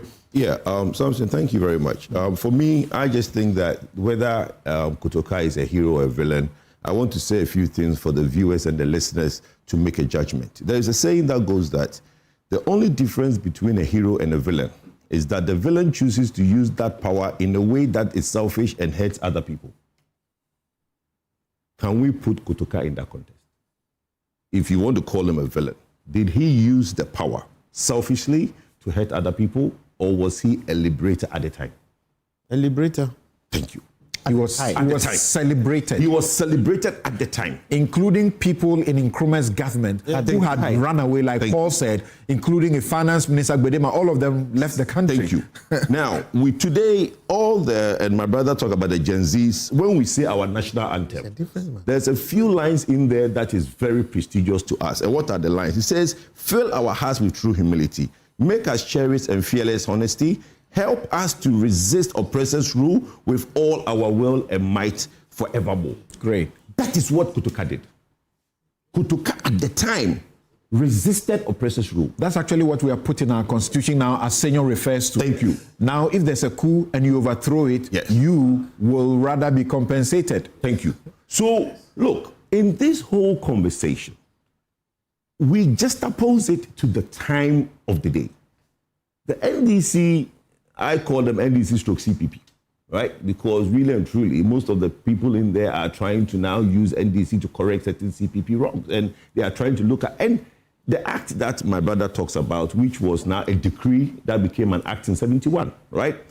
Basically, all it seek to do was to create a monument for Kotoka. A trust. Yes. I would say that, okay, if they are saying they are changing the name, can we still have a monument in where he died for Kotoka, for history purposes? We have the Kwame Nkrumah Mausoleum. We have all the other mausoleums. Can we now have a monument? Just a second. Is that the idea that there will still be a presence of Kotoka when the name is changed to Accra? It is not even up for consideration. Like I said earlier, where a person dies should not be a basis of renaming a project. Like, I just support entirely what he said. But I thought we heard that there will be a monument somewhere for him. That's what I'm saying. But not in the airport. Only the airport. Okay, thank you. Yes, could you go on? So that's fine. Like you said. But for me, like I said, in the just opposing and looking at the history, at the point he was a liberator, because most of these things were even done not within, but within the civilian government led by Buzia and Edward Akufo. That's when they did some of these things. So they appreciate at the time that, look, he has created something. Nobody, like Senor said, who lived in this constitutional dispensation would even contemplate what happened in the area of Nkrumah. So we talked about the good things of Nkrumah, but nobody hardly talks about the flaws because we don't want to talk about the flaws. But that is what will make him human. If we do the tabulation and put the good and the bad, that will make him human. But everybody wants to make it look like Nkrumah was just a good person, and every time that side wants to be mentioned, he said, look at the MPP, look at the UP tradition, look at this. And they make it look like it is the UP tradition that wants to point these things out. No, history is important. And today, we are looking at renaming. Let me make this very brief. My brother Paul said something very, I think is good. He said, when you want to name something, bring the people along. My brother also, Isa said, sanity of collective unity. But I think that is relative, okay? What the NDC might think is sanity in collective unity. It's relativity. Because you might not want to now do certain things. Yes, in the Tamale instance, the name that was given. In Kumasi, the name that is given to Prempeh the First. Somebody might disagree. In Kumasi. I'm just saying somebody might disagree, but the fact that you disagree does not now qualify under sanity of collective unity. You're somebody who disagree somewhere, not in... Yes, I'm just saying somebody might disagree. I say might disagree. But when you disagree, doesn't necessarily make it that you sit and be numbling your thumb that whenever I get power, because I disagree, I'm going to change this. If we keep doing that, then we'll never have anything in perpetuity in Ghana, because at every point in time, somebody disagrees. Ata Kennedy's concern is about what we have done to the Jubilee House, for example. Jubilee Flagstaff, Jubilee Flagstaff. And it is, my brother, as a businessman, very complicated. How kind of explains that? And you know funny thing. And now you know funny thing. When you are in a meeting, right? The word you use, that shows your true color. If you're in a meeting, if you say Jubilee House, they know you are UP tradition. If you say Flagstaff House, it means you are NDCCP. No, that's not true. For those of us businessmen, as government has changed right now, in the early months, I will start calling it Jubilee House. It will take me a while to start changing Flagstaff. If government changes back another time, I will be making a mistake of Flagstaff. The Flagstaff House is the original name. But my brother, that is not what we're arguing. And you see, that's not what we're arguing. You are talking about renaming. Whether we, do we want to be associated with the idea of the Flagstaff House? What is it? No, don't even understand. So the point. What is it? No, it's a military term. Yeah. No, but we have to understand it. It's a military term. Now, the officers who carry the flag is a military elite unit. They call them color party during the parade. Yes. They're an elite unit. Yes. They lived around the Flagstaff House. Okay. It was around them that the unit, or Sajefu's own guard, was created. So those long, tall buildings you see there was occupied by General Bawa and his forces. They were like an elite part of the army. Yes. So this flag staff, the staff who hold the flag, that is their place. And for many years after Nkrumah died, was it before Nkrumah? Before Nkrumah, it was before Nkrumah who brought it. The name Flagstaff House was there before Nkrumah. Yes, because he maintained it until President Akufo-Addo. We didn't even have the funds to build the place. No, but that whole we went and borrowed money. And on our Jubilee occasion, we call it a Jubilee, house. And we can't agree. Major thing is that SHS 3 years, 4 years, and we had Akufo-Addo who had pressure that Charlie go back to Kufuor and say, oh, this thing is getting too plenty. Let's stay with the 3 years. Secondary school education of children, Kivas guy. He says, I think it should be 4 years. Everybody agrees. GSS, no. SHS, we have changed it to 3 years. All of this. And it's even 2 and a half. You know the anointing about that thing. Okay. They don't even take their children to the same school. Absolutely. But you see, the irony of it, we are trying to go away from the military connotation. Yes. Right? Correct. But we are happy to call somebody flag. So it is disingenuous. All right. Samson, it's disingenuous for us. Now, what do we do going forward, right? For me, what we do going forward, think that there should be a general consensus. If the Accra people where the thing sits wants it to be called Accra Airport, let's call it Accra Airport. For me, it's much ado about nothing because it has really come at a time when Ghana is going through a lot of mirage of problems, right? At a time when the conversation should really be about paying cocoa farmers, somebody wants to spend money in changing the name of an airport. It's really neither here nor there. Thank you very much. Thank you very much. And then there's a complaint from the CPP that we could have such a discussion without a CPP representation. It's a Ghana history, please. Let's not be acting as if it is this. It's Ghana's history. And you don't need a CPP person to tell you the history. But we have one. But I understand your concerns. Osei Kofi Akwa, National Communications Director of the CPP, says that you are going to talk about Nkrumah, and you did not invite a member of the CPP. It looks like you support the crucifixion of Nkrumah. There you go. Okay, that's what you prefer. I'll say it as it is. Now to Paul Adomochri, we know you don't like Nkrumah, but be factual. You call someone who was elected through a proper constituted assembly a dictator, and glorify a person who took the power of the people with a gun a hero. So can we be blunt about this, guys? The guys in the CPP. This is the thing. Nkrumah became a dictator. You can't live with it. And he legalized dictatorship. In which state? In which state document is it written that supposed ministers had to run away for their lives? Some of them told us themselves. The history tells it. Now, about PDA, after 9/11 in the USA, national security policy settled on PDA, which allowed the US government to arrest and detain people who they deemed as a threat, including people who were outside the jurisdiction of the US and kept in prisons away from their homes. Thank you. You come back again and say, again, Paul talks about one-party state.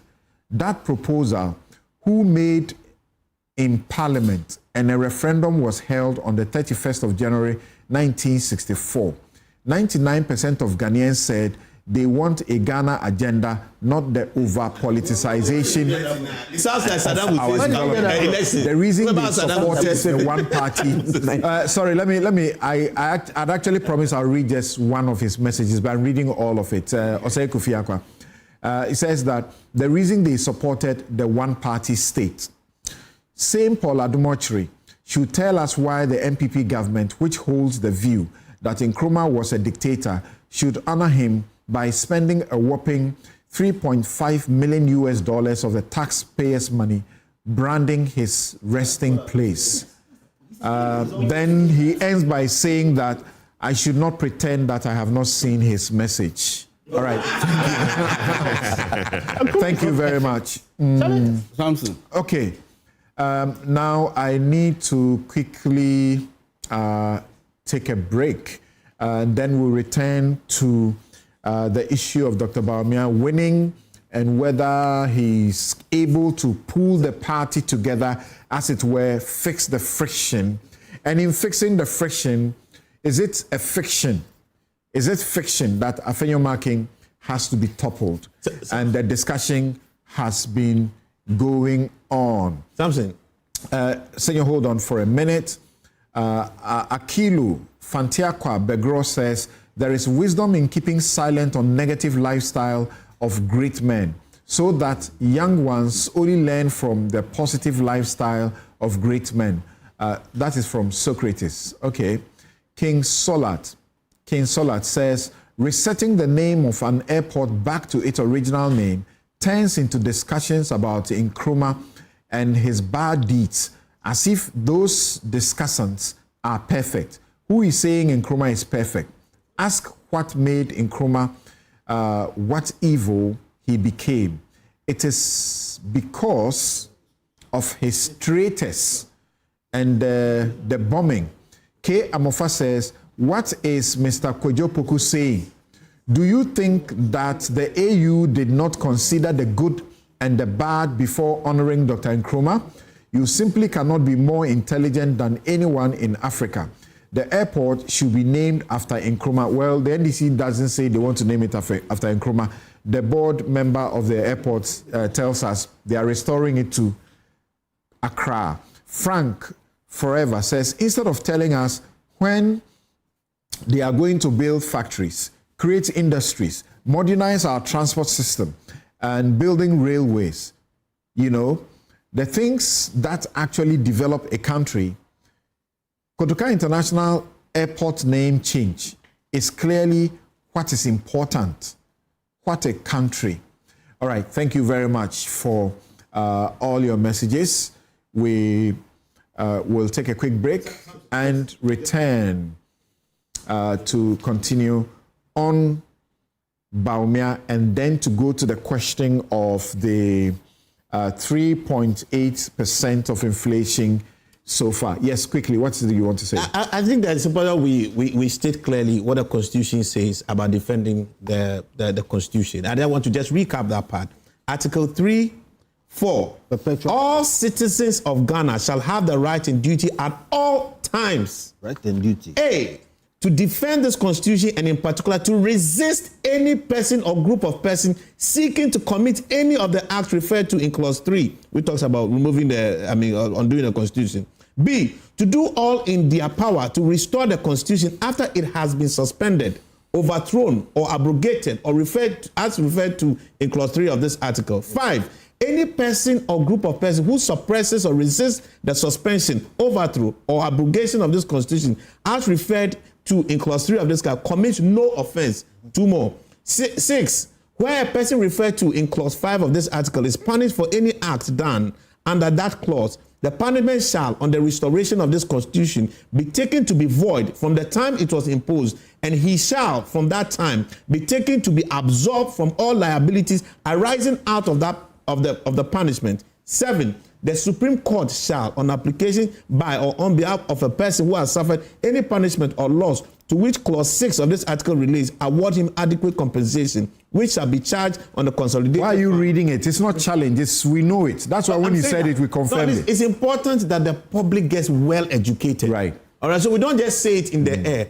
These clauses. So if there is a coup, it is your duty as a citizen and to a overthrow the responsibility. coup. Right. And it has been ruled in court at the back of this that coups must not be celebrated. Thank you. Samson, Thank you very much. Thank you very much. We have to move away. Sorry. We have to move away. Okay, but a second, before I do that, let me make this correction.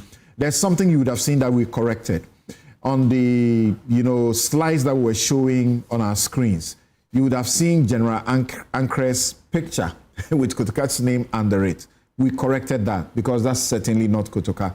And thank you also very much for one of our viewers, a retired Supreme Court judge, who points that to us.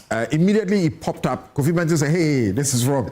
And we all saw it. All right, Thank you. I just wanted to say that this conversation is not about changing the name of the airport to Nkrumah. Nkrumah. So the top conversation should not be centered around Nkrumah and why we should change Kotoka. And so talk to your own MPs and other NDC people who are bringing that I up. have not heard that. All right. But You haven't heard? Yeah, I haven't heard. Oh, really? Suggestions of that nature. Okay. But I know that the conversation is restoring it to the original name at the time of Commissioner of the Okay. Thank you very much. And this show is brought to you by the candid sponsorship of Bank of Africa, as strong as a group and close as a partner, MTN everywhere you go.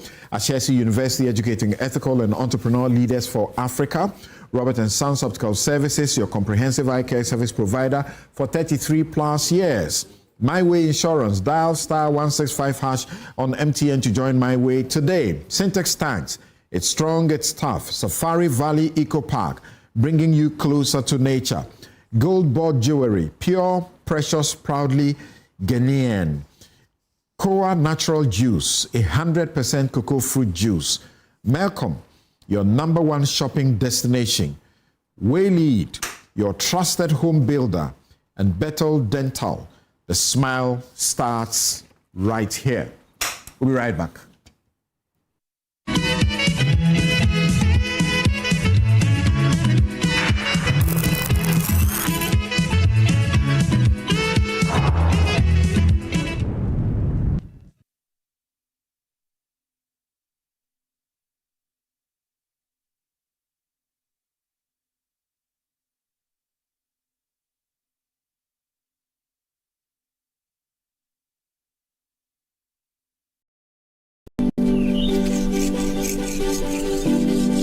Going to the library.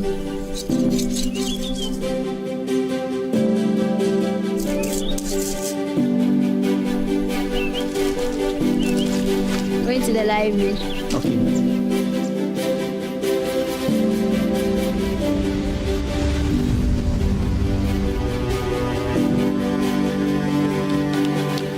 I'm going for my graduation. Go well.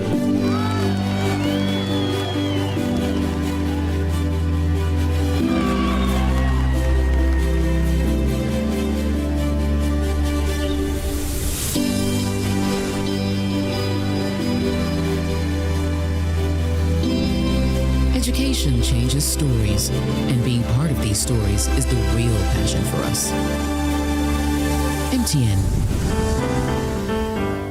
Let's talk hemorrhoids. Hemorrhoids are normal structures located in the anus of all mammals. But it is only man who suffers hemorrhoidal disease because of the erect posture we have assumed and the squatting that we do to empty our bowel. Hemorrhoids consist of a special type of blood vessels which fill with blood when we are moving our bowel and help to cushion the anus against the force of transmitting the stool. Afterwards, they empty their blood, collapse, help seal the anus to maintain continence. Over time, these vessels lose the elasticity of their walls, become dilated, permanently filled with blood, leading to congestion of the hemorrhoids. The symptoms of hemorrhoids are bleeding and prolapse of the hemorrhoids when passing stool, itching and feeling of warmth in the anus and anal discharge. Laser, ligature, and longo are the modern, minimally invasive, most effective and painless methods of treating hemorrhoids today. Mwintaba Hospital, first Ghana Colorectal Center, in to serve a peculiar health need.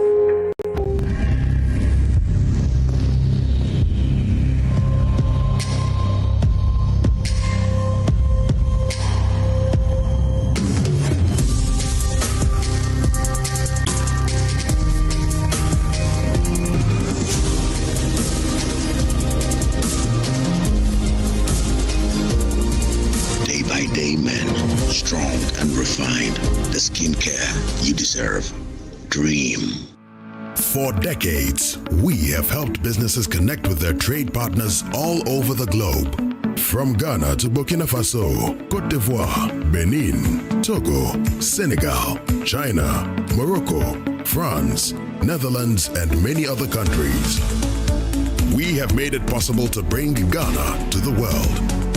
We have brought small and medium businesses closer to their customers across the regions in Ghana with our SME support facilities. We have brought relief and smiles to the faces of families with our employee personal loans. With our cutting-edge technology and digital support, we take the burden of complex thinking off you, making life simple. That is who we are, as close as a partner. Bank of Africa. We are indeed the African bank with the global reach.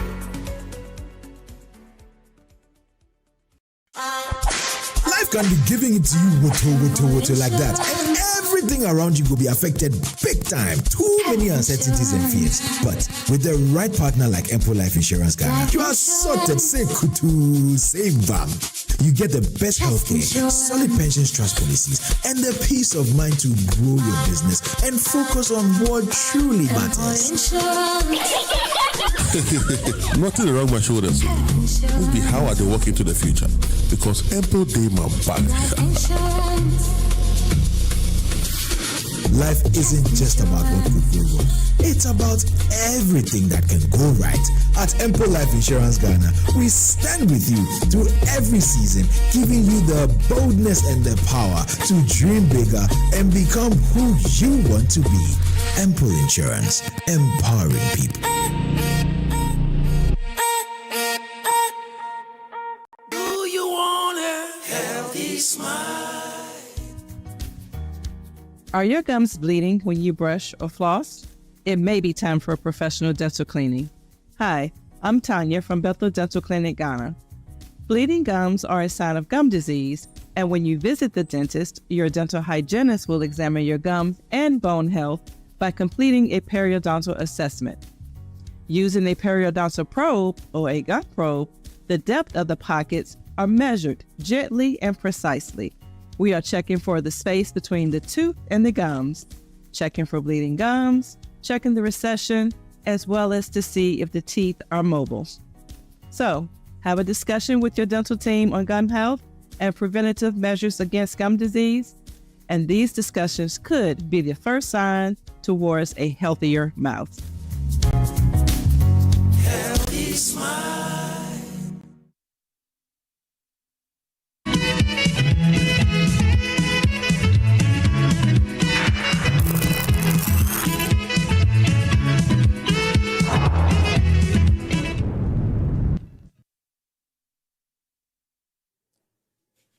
Each one of us here, 87 of us, in 2017, we were 169 and it reduced to 137 plus 1.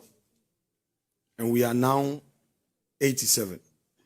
Our duty is to lift up the numbers come 2028. We can only achieve that through collective spirit. And individualism can only spell our doom. So I want to say this, that let us be committed to that cause ourselves in that chamber. Let's limit the whispers on the corridors and look at the party. If the flag bearer as an individual is expected to do it all, there will be no success. We will go to our various constituencies and we must win for him. And if we win, it will depend on how we act together. So from today, let us resolve that though this is a party of peers, for the time being, you have given the 5 of us the opportunity to lead you. Have confidence and trust in our leadership. And let's work together so that together this party would be the winner. NDC is not an alternative. And we should know that here and now. I rest my case. The call by the contestants themselves for unity is the first step towards unity. You understand? So these are the people who have been contesting against themselves for the last 6 months, making insinuations against each other, trying all they can to show that the other person wasn't good enough.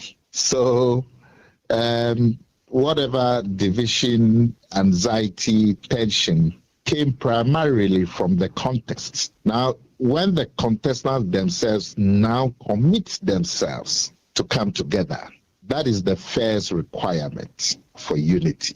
So it is a very happy situation. Right. So Dennis Miracles Abuaji, aide to Dr. Bawumia, says that the elections are over, the campaigning period is over, we no longer have competitions, we no longer have factions. Paul, is this true? Oh, yes, it is. It's expected that the party people will say Samson, that. why does he keep changing his spectacles depending on one for reading, one for sight? I know, but my problem is how he knows the difference. I wanted to prevent. No, I know how he knows the difference. No, but you know the funny how he knows, but they are both the same. We do plenty things. When the matter is hard, you have to change the space. And by the way, before that, somebody insists that I should make this correction. Yes. That there is a certain narrative that is not correct, and we need to correct it. And the narrative is that the correction is that the sponsoring institution for the memorial project, the Kwame Nkrumah Memorial Project, was the World Bank under the Ghana Tourism Development Project in partnership with the Ministry of Tourism, Arts and Culture of Ghana. But it is a government that said we want to do a project, and if the president at the time said we won't do it, how would they don't like the fact that yes, did it. They don't like the fact that institution has given tourism a lot of money. Mm-hmm. If you look at the visitors there, and Akufo-Addo did it because Nkrumah is one of our biggest tourist exports. Right. So we really have to fix it. And it shows the candor of the man. Yeah. But anyway, the MPP is at an important place. But as I have looked at the history, what is happening to the MPP now almost certainly mimics what happened to the MPP in 1998, when they decided that they needed to elect a candidate 2 years before, and the candidate that was elected the last election was challenged, and then he won, and then what he did. So I'm hoping that the MPP will take from the leaf of what happened at that time. Naturally, you expect political people in the MPP to say that we are united, and that will happen. You see, typically opposition parties don't struggle for unity. I think we've not noticed that in this country. The MPP won 2016 elections at the time when everyone would have thought that they are not united. The chairman of the party is fired, the general secretary of the party is fired, everybody, there was chaos all over the place. If you listen to Evans Mensah on Top Story and Eugene Entry, who used to be MP of Subi, he said that when he heard Top Story, his stomach, because you hear Evans Mensah shouting, oh, the invisible forces are back at the MPP head office. This is 3 months to election. And he was dying, but the MPP won the election. So opposition parties don't unite, don't worry about unity that much. It doesn't mean they shouldn't foster unity, they should. But ultimately, they will come around. Dr. Bawumia has a decision to make. And I think that it's time that after he has served the party, the length of time that he has served the party, after he's been vice president and he's been elected twice as leader of the party, it's important that he leads the agenda and he turns it into a Bawumia party. It's very, very important he does that, because how you come can also limit the way you express yourself even when you become. Because he came in picked by somebody. See, if you compare him to Akufo-Addo or Safo-Mafu, J.H. Mensah, and all these guys, they didn't come to MPP because somebody picked them to be running mate. They came to MPP because they loved it from students' time, blah, blah, blah, blah. So they seem to have a certain pedigree. That pedigree cannot compare to one who has been running mates for 2 terms and has been vice president and has also proven to be a great vice president. So he needs to make his own decisions at this stage. And I'm happy with the way he started by talking to candidates. For 4 terms. Yes, candidates coming to him and he talking to candidates and all of that. I think that's important. In terms of the parliamentary situation, I remember that. Before we get to the parliamentary situation, I got a feeling that you wanted Kennedy Japan to win. Oh, I didn't. I just was hoping that whoever the MPP elects will be the person that can actually crack the whip, which is what they... I followed you. I follow you, and I realized you projected Ken over Bawumia. Oh, no, I didn't, because if you watch our program, for every Bawumia interview, we had a Ken interview. That's how we did it. So on the day that Frimpong Boateng came, he didn't even speak for Ken, but he sort of tilted towards an anti-Bawumia agenda. There was Niti Wu. No, in 2023, I followed how you projected Bawumia as well. It was completely different. You gave Ken very little space. But were you surprised at the outcome? No, in 2023, I didn't examine Ken. But in 2026, I sat down to examine his campaign. I talked to his people, why this, why that. In 2023, I didn't examine him at all. There are those who had said that for the NPP to even qualify him as a candidate to hold its flag, the NPP was lost. It had lost its image. No, I think that's very wrong. As a credible party. I think that's very wrong. And I am hoping that in the campaign that Dr. Bawumia will launch, he will incorporate some of the things Kennedy Apongo was saying. It is very, very important that he does, because some of the things Kennedy Apongo was saying can actually win you an election or can lose you an election. He's going to the people and telling them that you don't have jobs because our people are not thinking. Why can't you do this water yourself? Why can't you do this yourself? Why can't you create a road? One day I went to Kennedy and I was asking him about his plans. And then he said to me that we have traffic from Accra to Cape Coast to Takoradi. We do. I said, yeah, we do. He said, okay, God has blessed us. When you are driving from Accra to Cape Coast to Takoradi, look on your left. I said, what is on your left? He said, tell me, what is on your left? I said, it's a sea. He said, right there is another road. And we don't do it. I had not thought about it. And I said, I don't understand. I said, many people have said, you are driving straight. Next is the sea. Put a boat on it and let the boat also go. So there are some things that we have to take from these very practical people. A lot of us who have benefited. Is it a question of lack of vision, ideas, or really it comes down to money? It is the education we had. The education we had did not teach us to create. So few revolutionary people have come out, Kofi Bentil, Bob Hinson and others, who are now telling us that you don't have to follow the path. We went to Legon finishing and waiting to get a job. Do you remember what we were told will happen to the Korle Lagoon? By Kennedy Japan? No. By everyone else. By those the who NPP? promised. Yes. Yeah, that they would change. What was going to happen? Yeah, they couldn't do it. So it's a question of money, really. No, it's not just a question of money. It's also a question. Here in this country, sometimes we do things in a certain way. If you want to do the Korle Lagoon, what a well thought out plan will do is first to settle and understand how to settle the people there and actually do settle them. So if you tell that all of you live around the Korle Lagoon, please, we are moving you to Mamprobi for this reason. Now here in Mamprobi, you have this and that and that. And then what we are doing at the Korle Lagoon, because it is your land, you have 10% interest. Again, Kennedy Japan told me that when he is trying to move people, we settle it. Here in this country, we don't do that. Look at the Labadi Road, Teshi, where I live. Many governments have paid them to move. Akufo-Addo is the one who came to break the buildings because he said that, they've paid, Rollins has paid you, this has paid you, but we just pay them. We don't move them anywhere. Of course, when Akufo-Addo broke that in 2019 or 2018, the NPP lost all that area. Labadi, Teshi, Nungwa was completely lost, and it will be lost. Today, the NDC is doing Ramsar sites and breaking people's buildings. I bet you it's going to feature in the 2028 elections because here we are. We don't do the thought leadership thing. Let's think. What do we do with these people? They are 50,000. If it's going to take us 2 years to do it, what is their birth rate? They may be 70,000. So let's move them to Amman here, to Pram Pram, to here. Build something that is attractive. And I saw it in South Africa. They built 2 million houses for people, move them and put them there. Build something that's attractive. But the land that they are living, you need to understand that they still have an attachment to the land. So what are you giving them in the thing that you are doing? For the Gan people, their one is located there. One is deity.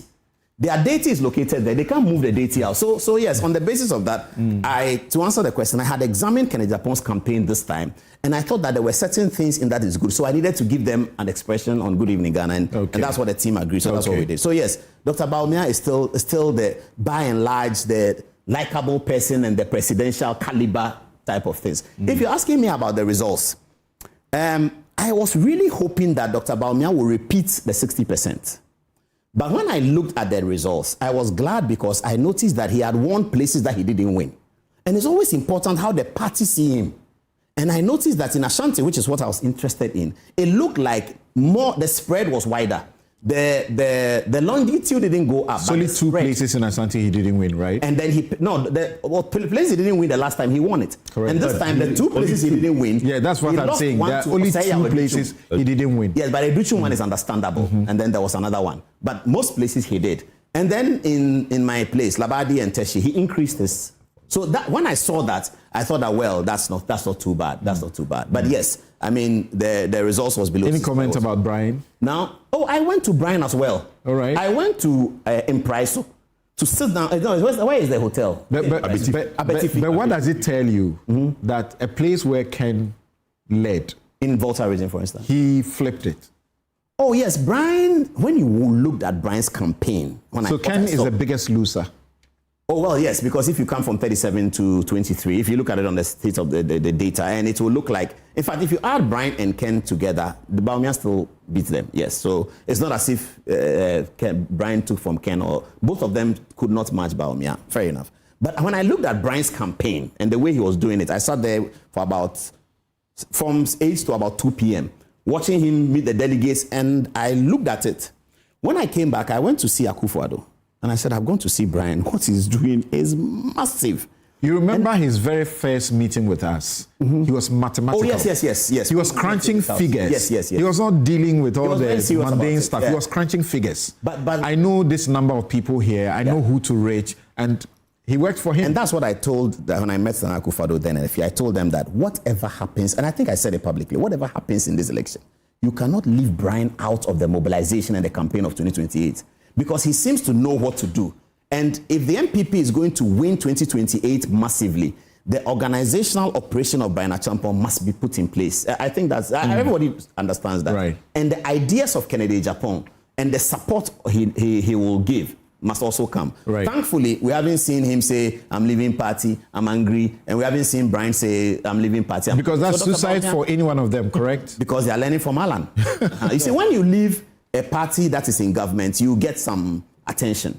Beyond that, nothing happens. So those who have left the party that was in government today, nothing. And look at Mrs. Rawlings. When you leave the party in government, look at Reform Party. When you leave the party in government, you get something in terms of attention. After that, that's it. Nothing happens. So the people who have left MPP when MPP was in government and people thought it was not a good government and you left and they were praising you for it, that's the end of the story. That's why Bawumia and didn't resign. Yes. Those people who are talking... Bawumia resigned? No. Continue. Okay, so now Bawumia has... fixing the friction. Yes, fixing the friction, I think is going to be easier because the party is in opposition. And that he must run very fast. Thankfully, he has a lot of time. The best thing that happened to the MPP was the decision to have this Congress early. And everyone has seen how the matter has settled down. What is exciting for me as a news reporter is that I'm waiting to see what happens in the NDC. I can't wait. And I'm going to look at it with excitement. Because when people talk about a political party, MPP is this, MPP, it's with every political party, and we are going to see it. The Gen Zs who are now seeing their first government and opposition, they will see now it. To what you were going to that I paused you. The parliamentary. Yes, is Afenyomakin's position untenable, looking at his non-support for Bawumia and the way he marshaled his constituency for Kennedy Agyapong? I think I have to say something for Afenyomakin in terms of the leadership and how they managed the Congress. Whereas the results indicates that Kennedy Agyapong was very popular in his constituency, and it might mean that he told his delegates or something. Throughout the process, Afenyo, you would say, was one of the most disciplined leaders of the MPP in not showing his hand one way or the other. What happened in the reason why we are saying all we are saying is the results that came out. But if the results didn't come out the way it came out, would you be able to say that Afenyo is Ken or Afenyo is Bawumia? Well, he managed it well, but that's the point. But he was not. No, he is somewhere. Everybody is going to vote, and I respect his loyalty. He said that already. But even with the loyalty, he didn't display it openly like other MPs who came from very well. And other MPs who came from Bawumia. He's the leader of the group, and he didn't show any such thing. So I think he must be commended for that. I agree. If you take us back to the 98 example, which I'm saying mimics what is happening. J.H. Mensah was the leader of the minority before the elections of 1998. J.H. Mensah actually, I believe, contested, or he was not supporting Kufuor, who was his brother-in-law. He didn't support Kufuor, never did. But when Kufuor won, J.H. Mensah was maintained as the minority leader to the next election. So Kufuor and J.H. Mensah are relatives through marriage. So it might be easy for loyalties to switch, or it might be easy for suspicions of loyalty to be... Will Afenyo be removed? You know a lot better within the party than some of us do. I have heard that there are some members of parliament in the minority who are not happy with Afenyomakin. And they believe that because they supported Bawumia, they now have to get Dr. Bawumia to sort of pull it against Afenyo, and they are using the Bawumia victory and Bawumia's hand to carry out their own personal vendetta. I am not sure that if you ask Dr. Bawumia himself, as an MPP leader, as a scholar, as an intellectual, as a politician, whether he thinks Afenyo is doing well or not, I'm not so sure that his answers will be that negative. What would be the cost of doing such a thing, removing Afenyo? Oh, as for the cost of removing Afenyo, if they do have some basis, I don't know whether they do. Because we've seen Asidun Ketia do it to Haruna Idrisu and Muntaka. Nothing happened. They won the election. So opposition party, it's a different kettle of fish from a governing party. I don't know the details of what all the MPs know. I'm not in parliament. But some of the MPs really complain that they don't like Afenyo's leadership. But which leader have they not complained about? They've complained about Chairman Sabonsu, they've complained about Tuforsen, they complained about Haruna Idrisu. So it's a decision for Dr. Bawumia to make. But how he makes that decision will indicate a lot, and the reasons that he gives for that decision. Should he not? Oh, if you have a basis to remove on the basis of loyalty, you should. Because loyalty is everything in politics. Tony Blair and Kufuor would tell you that it's loyalty. I see that you are still in the celebratory mode. Yes. That your candidates, won very comfortably for you. But before you go to that discussion, can you begin from what we are hearing and within the party, even some of the supporters saying it publicly that Afenyomakin's position is no more tenable, and others suggesting that removing him will be terrible, and it suggests intolerance, that all the MPs should not support one candidate. Samson, thank you. I did not thank the very good people who gave us the victory, and I want to take this opportunity to thank them and for their support, and also the 2 million people who did not listen to Dr. and voted MPP. We want to thank them that this time around they should basically give us a hearing and let us improve their lives. Look, let me make this point. I think we are making it about a Dr. Bawumia decision. It's not. It's a party decision. The party would have to make a decision at a point. We know that I'm happy everybody is clapping for the early election of the flag bearer. When we stood our grounds and we decided that that was the best for the party, and we were internal and we understood what was going on, we realized that if we have gone through the polling station and all the things that we had to do to get to national, the party will be split into multiple parts. Because we saw what happened in 2022, we saw what happened in 2023, and I was part of the process because I contested. So I had a front view of what can happen if we allow the internal processes that we go from polling station and elections all the way to national. We thought, no, let's do the flag bearer. Let's take that cherry off the table. Let's do that, and everybody can go through the election. But look, I'm happy everybody is clapping that it was a good thing. Now, after we have done the polling station, the coordinators, the constituency, the regional and the national, we have a new NEC, right? So we will have a new set of executives. Retention is about 85%, but there will be a new set of executives in the party. There will be a new national chairman. There will be a new national executives who will now sit at NEC. At that point, if the party feels that there is a new approach, there's a new look that the party wants, they might want to look at the parliamentary party and say, look, what changes do we make? So that is not a Bawumia decision. I honestly think that, yes, he sits as the leader of the party, will have an input. But I think it will be a NEC decision somewhere in September, October, what happens in the parliamentary caucus. And I think the parliamentary caucus is also represented at NEC, and they would also make their input into it. So I don't really want us to make it a Dr. Bawumia decision. If Bawumia doesn't want it, will it happen? No, I think that as a leader of the party, as the flag bearer of the party, his voice will carry sway. At NEC, you really have to lobby and get the people to your decision. So you have to carry the people along. The president and the leader or the flag bearer of the party always have to play the NEC game. So if he takes a position and he loses it, that should also tell us whether he has the executive or he doesn't. But what I'm saying is that internally, that would be a sad commentary. Internally, we know how the game is played.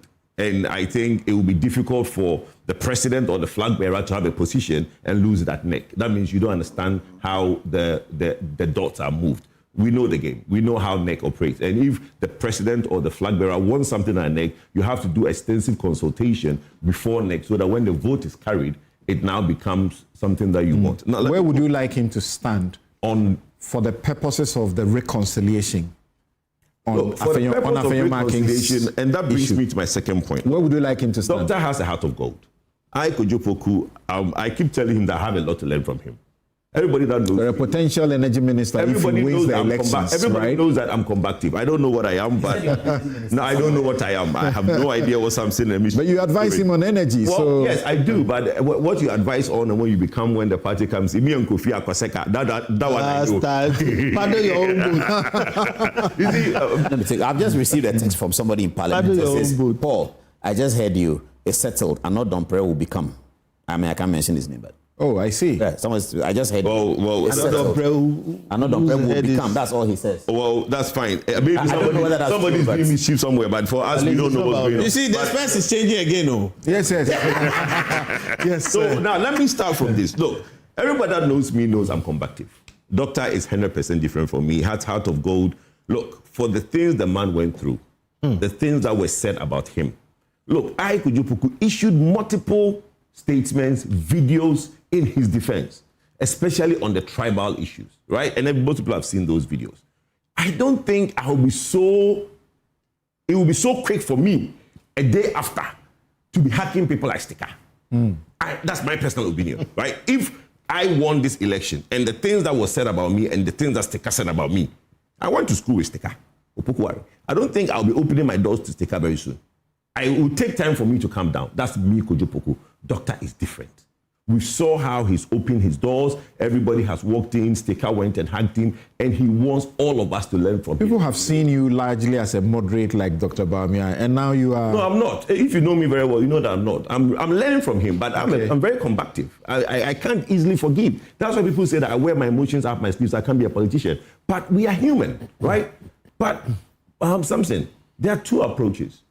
Doctor will open the door. He stands in with a good heart.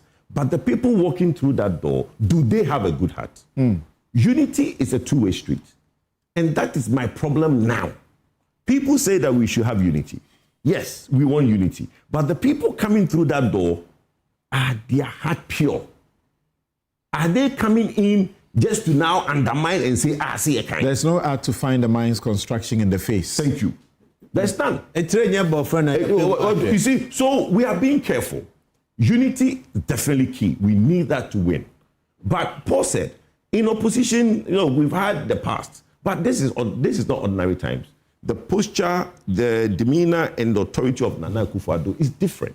Doctor is not the same. So why will Afenyo be on the table, on agenda? Is it because of his leadership or his failure to put his weight behind Dr. Bawumia? I don't think. And like Paul disclosed from one of the MPs, I'm getting a confirmation that Anadompre will be the one. See, now, let me, fortunately or unfortunately, I was talking to my brother Kofi here. It's not everything I can say on air, right? But there were some happenings that a lot of people were not comfortable with. About his leadership? What transpired close to the election. There are instances that I can't speak on air, but certain things that some people were not comfortable. And you see that he felt that the day after the election, he gives a statement. You remember? So he's made this statement where he said, with Kennedy, and he felt he has to come and say that. Ask yourself, why did he have to come and make that statement? Because there were happenings close to the election, on day of election, that some people were not comfortable with. And he himself, on hindsight, that's why he came and said certain things. So if Parliament is up to something, I'm not privy to. I'm hearing this for the first time. But I think that it's not a Dr. Bawumia decision. It is a party decision. Maybe they will not leave it till the new neck. But you have settled it that even though it's not a Dr. Bawumia decision, if Dr. Bawumia doesn't win that vote, whichever place he stands, we can say it's a Dr. Bawumia decision. Because if Dr. Bawumia decides that he wants him retained, it will be done. Yes. Not necessarily. But he can. Not necessarily. But at the point, Mahama was not play that hand. If Dr. Bawumia wants him moved, he'll be moved. Nothing will change it. Dr. Bawumia is the dominant leader of the party today. Whatever he wants is it doesn't make him a dictator. No, it's not dictatorship. Yes, so you were saying what? That Mahama was not in support of the changes in Parliament. What we saw under the NDC, Haruna, is not the way it was. Oh, is it not the other way rather? No, it's not the case. Are you sure? What is the law? Are you sure? If you are close to the system, you understand. The party advises. The party advises. The presidential candidate. The party is the party that. But MPP now have Bawumia as a leader because their neck is not in place. They are now going to have a neck. So he's the leader until June. Okay. So could you briefly also about the dynamics of the win, the election itself? Yes. There were times that you were scared. Your camp. This year. Especially earlier on, about 2-3 months before the election. There were times that you were scared. Of course, so let me tell you, if there was a time we were scared, it's not earlier on. The time that we were scared, I'm giving too much now. If there were times that we panicked a bit, it was a week to the election. When we did that, when we were in Ashanti. It wasn't earlier. We were confident we were going to win. But in Ashanti, we now chanced on a list that the Ken camp has made that they are winning. About 12 constituencies. And for us, it was like, hold on. What is it that they know that we don't know? Paul believed in that list. You go ahead. Finish your point. Let me say, I was going to say something. This panic that you went through at the last minute, I went through it as soon as the campaign started. And that's why I went to see Ken. Because I was listening and I was hearing everything. I said, hey, are we going to lose this thing? So let me go and understand what they are doing that is making people all that. No. I saw El Bernard. No. That what you I said, El Bernard, is it true? He said, I tell you, it will happen. Nah. And then people like you gave encouragement that forget about prophecy. Let's focus on No. I don't disbelieve prophecy, but when men of God, quote unquote, are doing campaign, I can tell the difference between he didn't start with a man of God doing campaign rather than doing a prophecy. At the beginning, it was okay. quiet. So, I don't understand how these prophets don't see their way to solve Ghana's problems. They only see black let's go and then they see politics. So let me finish. So the reason we've campaigned Doctor is the only one that does this 276 constituencies. No other politician in this country. Nope. Doctor is the only one that did. 276. To visit the constituencies. Brian started moving them in clusters. In clusters. He did. He moved. No, you see, we are coming to visiting the constituencies is one thing. Bringing them in clusters and meeting them is a different thing. What I'm saying is that 2-3 constituencies to one 4-5 constituencies to one place is a different thing. But Doctor went to all constituencies. Understand? So what I'm saying is that Kennedy didn't do all. No, Doctor is the only one that did. Then they before that's fine. It's not the point I want to make. But when we got to Kumasi, which is the last leg, and we saw 12 constituencies in the Ashanti region, which now we chanced on, that Ken saying that he's going to win. Bantima, Inshaeso, AKT Hamon's constituency. Inshaeso was almost split. Yes, and those... and we now started finding out about why is he? So we started meeting the teams responsible for these constituencies and assigning reasons. For Bantima, for example, his regional coordinator, one Gantua guy, is from there. So he spent a lot of money and doing a lot of things in Bantima. So we started to get, look, so now the hard conversation started. Then fine-tuning why and what we can do. That was the only time that there was a bit of look, because the assurances, the vigor, the enthusiasm from that camp was a bit too much. And we think that they can't have that much energy if it was just based on a fluke. So for me, it was that time when we now have to go on the platforms and talk to various people and find out what it is. But as it pans out, he won all those constituencies, except the Ahafwano one that he won with Elvis. But look, the spread is good. Everywhere, in the Greater Accra especially. Greater Accra. So as you can see on our screen, let's go to the spread, the national spread. And you can see that Bawumia has done a lot better this time. He's won across the country. And the most important place is also the Boko Enclave, right? 6 constituencies in that area. We heard a lot about how they don't like him, they don't vote for him, blah, blah, blah. He only lost Binduri. Right. He won Garu, he won Timpani, he won Boko, Pusiga. Okay, let me go to Kofi now. So I think, but a quick comment as the national party also reorganizes. Now we know the people who are throwing their hat into the national chairmanship thing, and they include Wuntumi, right? Yes, Wuntumi. And again, there's suggestion, if your party is listening, that your party has been known to be a party of the intellectuals, a party of decent people. You shouldn't be qualifying people like that. Like who? Like Wuntumi. What do you say? Let me, okay, Paul first. This issue about you see what your party is, and you see democracy has demerits. And democracy is about numbers. It's important for us when we find people who we think do not fit the bill and are rising, that we use the same democratic credentials to defeat them. Dr. Bawumia was able to defeat his opponents. He didn't cry that you can't have this person as that. He just went to the delegates, told them his story. So we must allow everyone, whoever they are. That's what democracy is. No, but people who have baggage, that does not lend to credibility. That's the point. But the general public are going to vote. And so we must convince the delegates that you can't vote for this person because of this. And then we must have a convincing argument. If we don't do that, we'll be overtaken by time. We saw Jerry Rollins rise up and... it was... Let me finish this quickly. Look. Let Wuntumi run and let him lose. We seem to think that the delegates don't know what they want to do. We seem to think that a lot. Look, the delegates are the smartest people you can think of. Look, it's not about money. Because if it was money, other delegates will spend Dr. Bawumia. Right? Other candidates have spent Dr. Bawumia. So if you didn't give them money, do you think I'm just, look, I don't know if you don't give money. I'm saying that it is not about money. the delegates will take your money and still vote otherwise. They do not just go to the whims and caprices of money, right? I've had my uncle called me 2 days ago and had this lengthy conversation about the same conversation about Wontumi. Chairman Wontumi is a 3-time regional chairman. Before that, he was 2-time chairman of Bosomtwe. Some people say people like that were but in politics, you see, that you shouldn't have. In politics, like my brother Paul said, the yardstick is different. You see, it's people's representative, right? Wontumi has a way of mobilizing people. Chairman Wontumi has his politics. You might not agree with it. Does it work? Yes. And the people are, yeah. If he stands elections with Ejakun, Akumia is interested, is it? I don't know. If he stands elections with people like this and he wins, it tells about your party. No. It's the message. Let's now go and look at the message. Dr. Stood did 1 hour every time in every constituency and gave his reasons why all the concern number 1 to number 8 shouldn't be listened to. Dr. Stood and gave his vision. If Wontumi craft a message, goes around and tell the delegates why he should be chairman, and Wontumi wins, let's not discount the power. We are here today.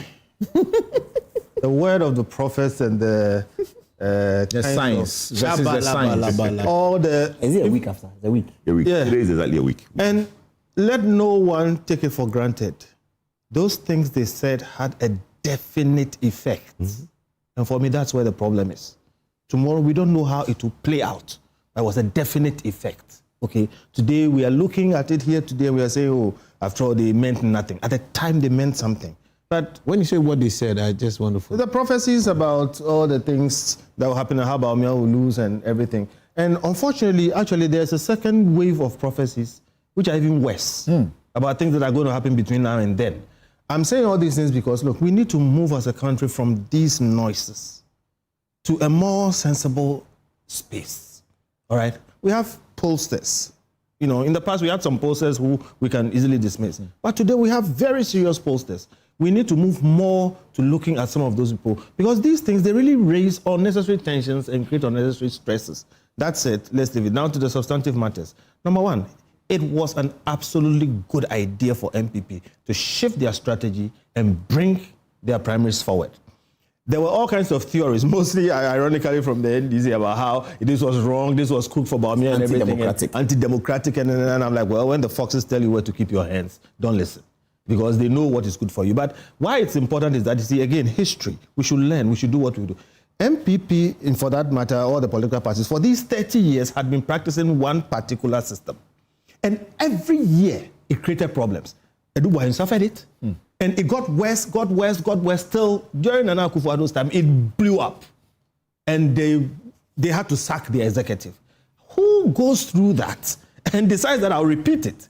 So I'm saying, by doing what they've done, and by the way, I've said somewhere that, look, this primary is a hill. The general election is a mountain. And Baumia will be climbing with baggage. What you need, therefore, is heavy-duty mobilization and everybody shooting in one direction. So this was really necessary. It puts some doubts beyond, contention. Now, you see issues coming up about Afenyo and whatever it is. See, if they had waited to the end, and I'll connect it to Afenyo, you would have these things lingering for all these years till the last year before you deal with it. I told you earlier, time resolves many things. Right now, that is done and is clear. Okay, personally, I have watched Afenyo Marking. Afenyo Marking is one of the most astute politicians in this country. He's a broker. What? He's a smart guy. He assesses what he has to do. He pays the price. He has control over Ifotu. And he didn't get it just like that. The guy, half of him is from Volta. He works at it. He's my friend. He makes himself my friend. Okay, when I text Afenyo, he will respond. That's right. You understand? The guy knows what he's about. He has my full support. Not because of anything, but because I know he has a future in politics. Listen, I have said that it's a good thing they did what they did because the whole party must align behind Baumia. And I think that will happen. Why would Afenyo be different? Number one. Number two, Afenyo should not be paying a price for loyalty. Loyalty is an admirable attribute in every place. even where it is exercised against you, if you have good sense, you admire it. So the loyalty of Afenyo is admirable. And now look at this. If Afenyo falls in line, and I see no reason why he shouldn't fall in line, indeed, the person who we all thought may ruffle the feathers and muddy the waters a bit was Ken himself. But Ken has conceded in a very gracious, magnanimous way. There was no other choice. There was no showdown to show. Oh, no. We know he has a tendency. He could have done that. There was nothing. Oh, okay. They pour you from 37 to 23. Okay. There's nothing. You can't go forward. If you go into like 45, you can slow down. Okay. So see, Samson, the person Afenyo was loyal to has thrown in the tower, says we are aligning, we are going. Why would Afenyo not? And even if Ken did not, trust me, I haven't talked to Afenyo, but I believe Afenyo would have said, no, this is the right thing to do, and I would have done it. Now, if Afenyo is this effective, if Afenyo has this level of control, if Afenyo knows how to assess things and put himself there, and he's going to deploy that for the benefit of Dr. Bawumia, why would you alienate him? So I don't see the reason. Again, me, I don't coordinate with... Yeah, so Bawumia listens to you as well. If he's listening to me... He listens to you. So, if he's listening, this is what I'm going to tell him. 1, Afenyo shouldn't pay a price for loyalty. Convert Afenyo. I don't see why Afenyo will not support you. 3. But you know that in politics, loyalty is almost everything. It's everything, but in politics, there are other dynamics. You must be sure of the person you are dealing with. Now, here's the point I'm making. So I'm saying that, look, Afenyo knows where his bread is buttered. I don't see any bone in Afenyo going to support NDC. I'm building. That is 1.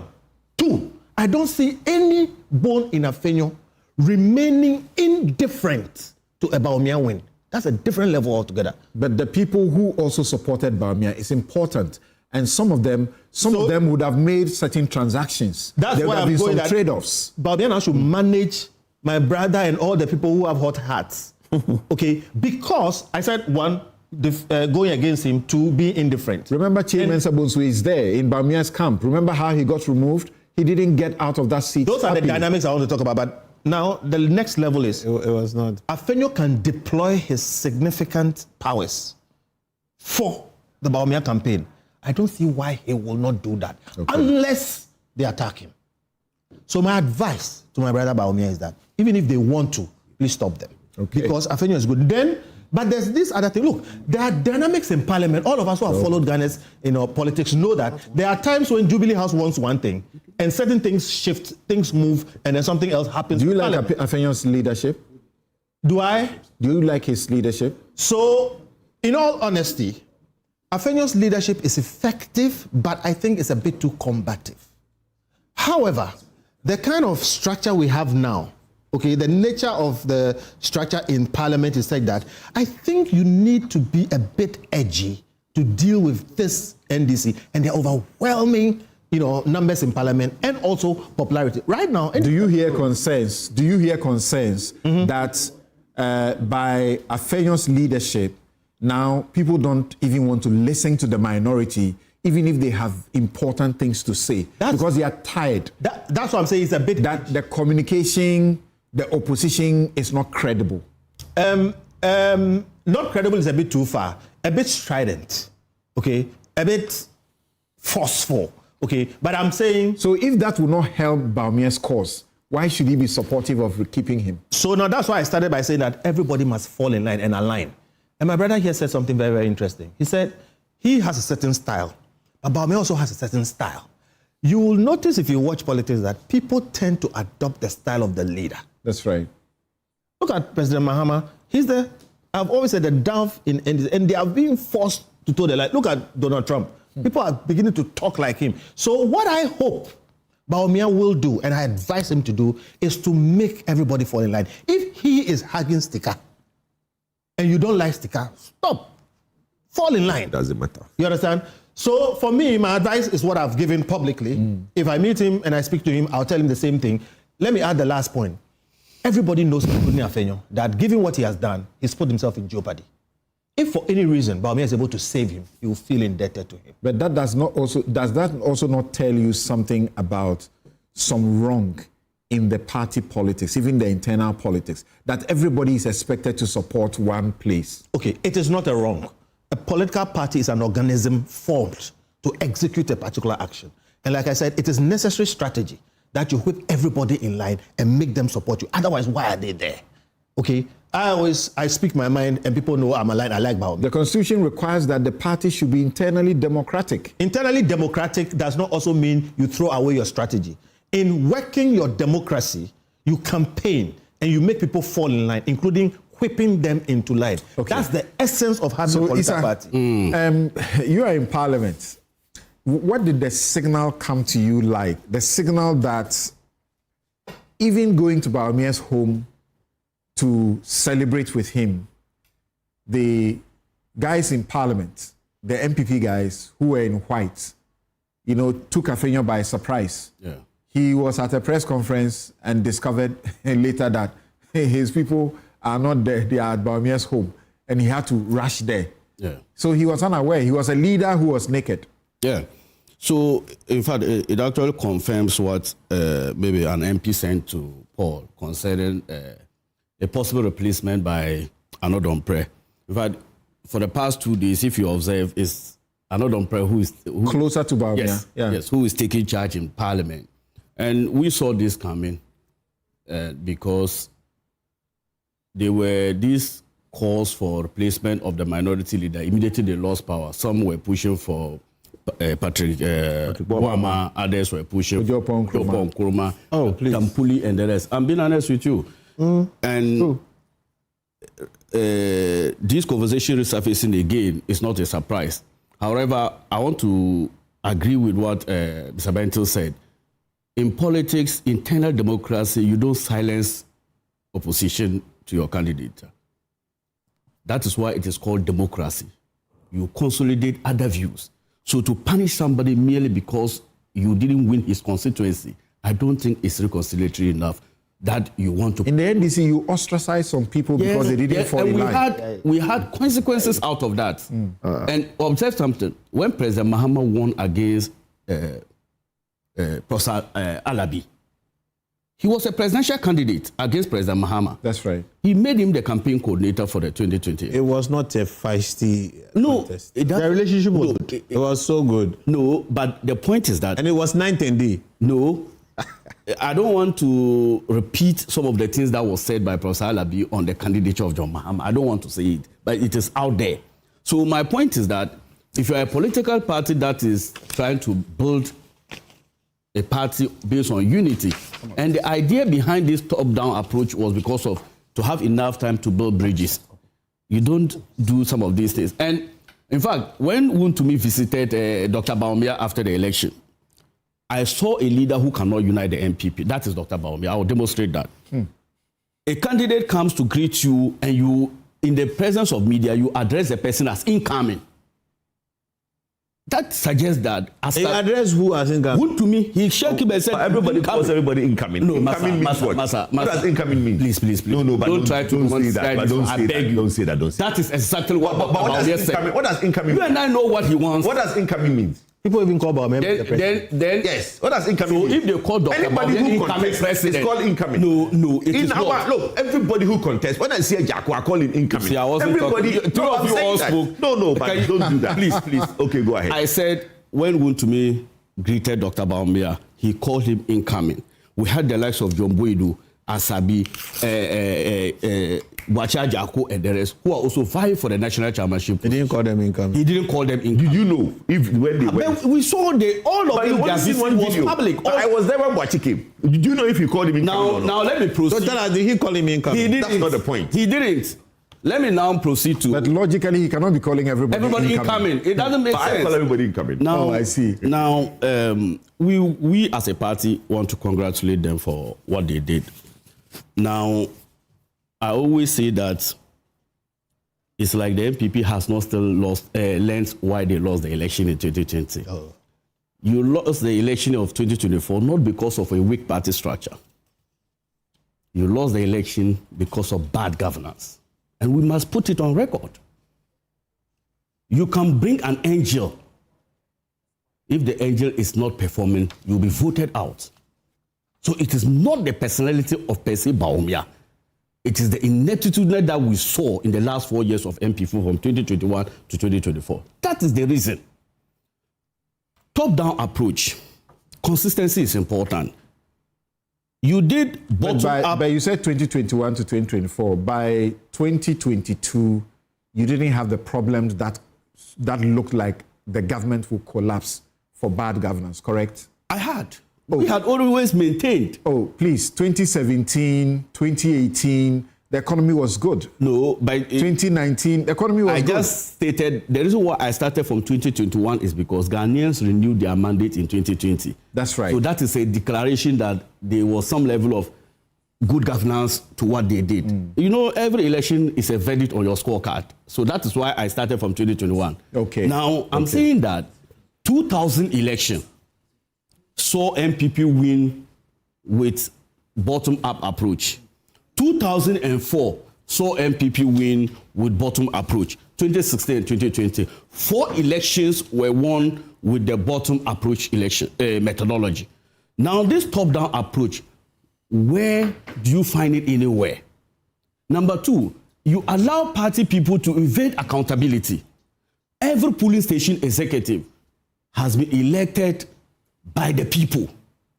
So after every 4 years, polling station executives or even all layers of the party across all levels are subjected to the same level of accountability to their people.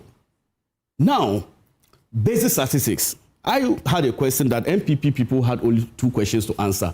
Do you want to elect a president or you wanted to elect a flag bearer? In my mind, I have no doubt they have just brought an old wine in a repackaged bottle. The truth of the matter is that... but that could be said of John Mahama. But he still won. I will demonstrate the difference. Please. I will demonstrate... But before you move on, when you suggest... Is it your suggestion that if they had done the bottom-up approach, Bawumia will not win? Is that your suggestion? My suggestion. How do you answer that argument now has been demolished beyond doubt? Because the Kenneth Japan who thought he would win, who says this was a free and fair process, yes, lost. So let me tell you why there's a difference. You realize that he lost miserably. No, he didn't. You see, you are personalizing candidature. When you have an establishment candidate as against opposition, in 2023, the loudest opposition in that election was Ken. This time round, there were 2 horse races who were opposing the candidature of Dr. Bawumia, which is Brian and Ken. And yet, Ken and his team were so 100% sure that they were winning. I am not. And yet they didn't. I am not a member of. So what would the bottom-up approach have done? I'm coming to the numbers. I'm saying that you evade accountability when you impose candidature on your party grassroots who are not party executives. Let's do numbers here. Statistics. 211,735 people of your own party. Is it representative enough to assuage the fears of Ghanaians of the bad governance you inflicted on us? This same, in fact, 203,000 people were supposed to vote in 2023. You had 61%. And that results led you to a massive defeat to 41% or 1.7 million votes. You have explained why there was a defeat. Please. The same group of people who thought you were better, the delegate base has been expanded from 203,000 to 211,000. Almost 212,000. The expectation would have been that an expanded base means an expanded percentage. That's the expectation. An expanded candidates. No, I'm talking about opposition to Dr. Bawumia. He was the former vice president. Now look at the data here. You have it. Now, in 2023, Dr. Bawumia had 118,210 votes from 203,000. In fact, 196,000 even voted. He had 118,210. Now, with an expanded base from 203 to 211,000, he now rather had 110,000. Even with the expanded base, he fell. It is not the percentage alone. Even in quantum, he has fallen. Now look at the effect. You have over 200,000 people voting. Combined effect will tell you that when you add all the other aspirants against the former vice president. Close to 90,000 people out of the 200,000 believe Dr. Bawumia is not the right candidate. He still won if you add all of them. Please. And this is the first time, and the historian is here, who has done 92 election coverage and all those things, will tell you, look at this. This is the first time MPP or any even political party who has tasted power in Ghana from 92. Look at the data. If you look at John Kufuor, in 1996 when he first contested, he had 51%. He lost that election in 96. In 1998 when he went, he increased the internal primaries. He won in 96. No, I'm talking about national election. Okay. I've just mentioned, if you get 51%, it means that you have won your internal party primaries. But I'm saying that in 1998, he increased from the 51% to 64%. Nana Akufo-Addo, despite not being an establishment candidate in 2007 at Legon, had 47%. He couldn't secure the mandatory 50% plus one. In 2010, on his second coming, he moved from 47% to 78%, demonstrating complete control of the party. In 2014, he moved from 78% to 94%. Why? Must the trajectory be always be the same all the time? The reason is that you are trying to whip people to believe in your vision. The more, the merrier. I see. And people argue that. But they say now he has a better, regional spread. Oh. He's won except 2 regions or 3. With a decline base. Now let me come to... With an increased candidature. Let me come to the candidature. In fact, let's stop this type of mathematics. I hear them always repeating that 2 million MPP people didn't vote. That's not statistically correct. We shouldn't be repeating it. They have done their research. We have a constationarity of data. Data are not stationary. You don't assume that number to your... Look, every set of elections, you come with its own data sets and what defines it. That defeats your own argument a while ago. Can you... That defeats your own argument a while ago. It's the same data set. It's the same data set I was using, MPP delegates. It's the same data set. How can it be? Okay, let me go to Senor and then go for a break.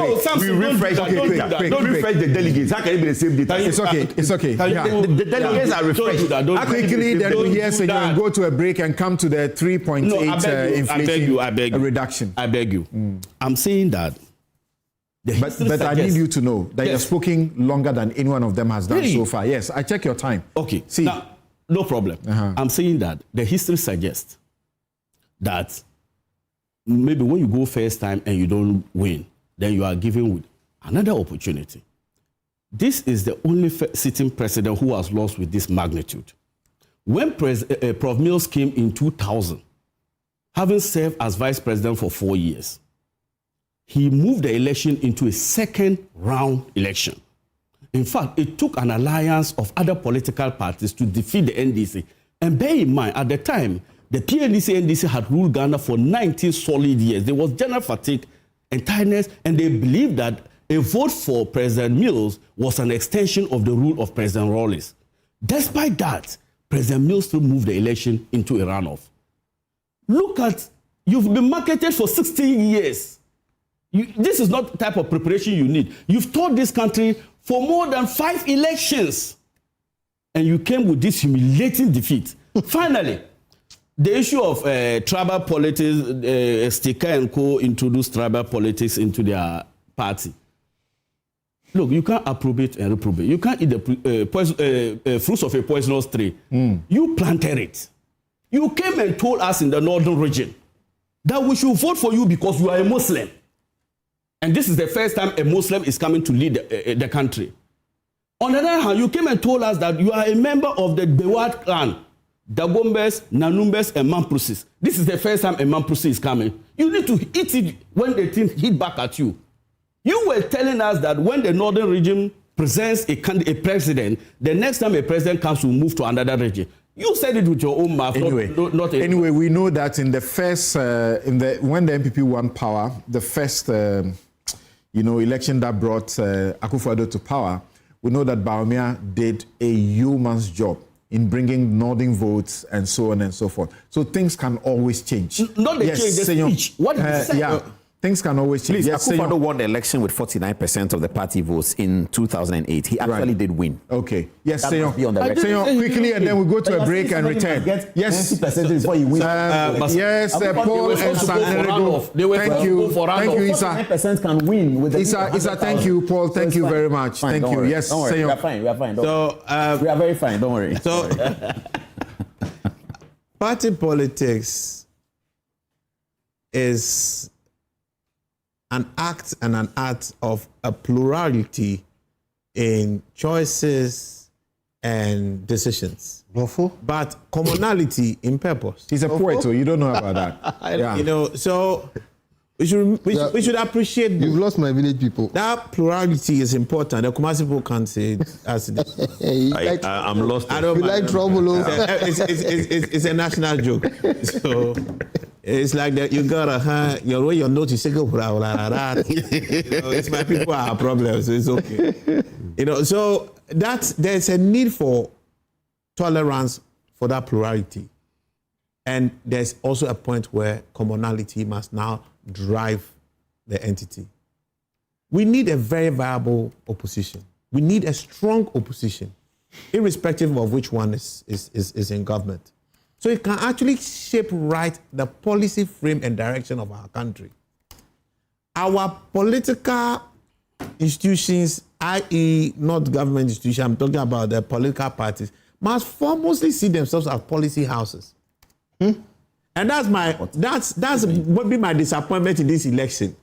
I've not really seen a strong policy debate like we'll see in America, even when the parties are actually running. Lost it 15 years ago. But we lost, and we might have to find a way to bring it back. Yeah. To be fair and to be honest, Bawumia's victory is also inspires some kind of hope of a certain reform that the MPP has always needed in quite its recent past. We're all student politicians. We saw the Daroches. We heard of them well. We saw the GH Menses. You know, these are the people who really embodied what an MPP party is supposed to be like or is like. We don't see it anymore. Let's be honest about it. Universal suffrage has a certain limitation. So I agree with you, Paul. But as a party, if you're actually promoting and educating what your philosophies and ideals are, it will even actually shape those who come into that party without those ideals. The MPP people today, and even the NDC people, when you tell the MPP people what property owning democracy, they don't know. When you ask the NDC people what social, they don't know. People know that they have certain affiliations, they have certain relations, they have certain family connection. That's what brings them into one party or the other. There's a need for a reorientation of the parties. But going forward on this particular matter, it is time for the MPP to find and rally around a commonality of purpose. There's no benefit in continuing being in opposition. You can ask the NDC people who decided not to vote in 2016 whether their lot was better. They couldn't even get people to call and talk to. It's the same problem you have today. Your people need you guys to win power. I'm not worried whether you're winning power or not, because your ability to win power as MPP will be very dependent on how bad or how well the NDC will do. In this country, almost every election is a verdict on the ruling party. Yeah. But it would be great if for the first time we really see an opposition party not coming in by just condemning the ruling party, but coming in because it's showing superior ideas. And I like Bawumia. He's somebody who seems to acknowledge, he's a moderate, relative moderate, acknowledge and also appreciate the successes of the time. He's commanded the current government, and that is the time of temperature we actually need. Because we may be different parties, but we're still one country. How do we actually shape policy and our advocacy going forward to reflect a certain unifying feature that can actually shape and change the lives of people? So constructive opposition activity. Should Afenyo go or Afenyo not go? Afenyo has held the line for the party. Afenyo has given MPP visibility. You may not like his ways. I think that he himself knows there are a lot of places where he can improve. But it's also a first timer to this particular role. All right, so things will change. It's not the young Afenyo that he used to be. He will also grow, and I think he is growing. But if they really want to reflect that, there are different types of characters and personalities that are required. If you want to have something that replicates Bawumia's character, of course, Afenyo is not Bawumia. He hasn't got that particular personality, but his personality also has its advantages. If you want to replace Bawumia Afenyo by a Bawumia character, then you're talking about a Patrick Buama. There's nobody else I see in that party. But do you support that? Do you support that? Is nowhere near that. I don't think his advocacy has been very competent. He's not managed certain things well. His visibility has dent, and his maturity also has dent. He will grow. Oh, well, I don't think so. That's your view. No, that's my view. That's my view. The person they are grooming for presidency. No, he will get there. Listen, I don't think so. I think he's growing. And I think that he will get there. He's not there yet. Somebody like Patrick Buama, who has had practically one of the longest. So I have a Afenyo marking on the line. MPP. I have a Afenyo marking on the line. Afenyo has done a great job. Hold on. Let me make one last note. Let's hear him. I beg you, me too. I'm here. I'm sitting here. I paid my money and put my food to come and sit. Quickly. He's paying for the call. Please, and I'm here. I beg you, it's my time to talk. I've received a note. And for some clarity relative to the visit to Bawumia, John Daku he said Afenyo was part of the plan to be there. He was late because he had to represent the same party at a speaker's program. So it wasn't as though he did not want to be there. It was not deliberate. It wasn't deliberate, no. Okay. And it's understood within them. It wasn't a sabotage. No, never. But Afenyo is not that guy. You should know Afenyo. Afenyo may disagree with you. But you are saying something that he could probably say himself. So all right. Thank you. You are here. He's on the phone and he will go away. So thank you very much, Honorable Afenyo Markin. In fact, he will be on the show. We have been doing our first hour exclusive with a group of people.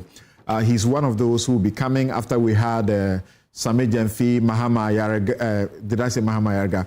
Dominic Ayine, Mahama Yarga is also supposed to be here. There are a couple of other people who will be coming for the first hour exclusive.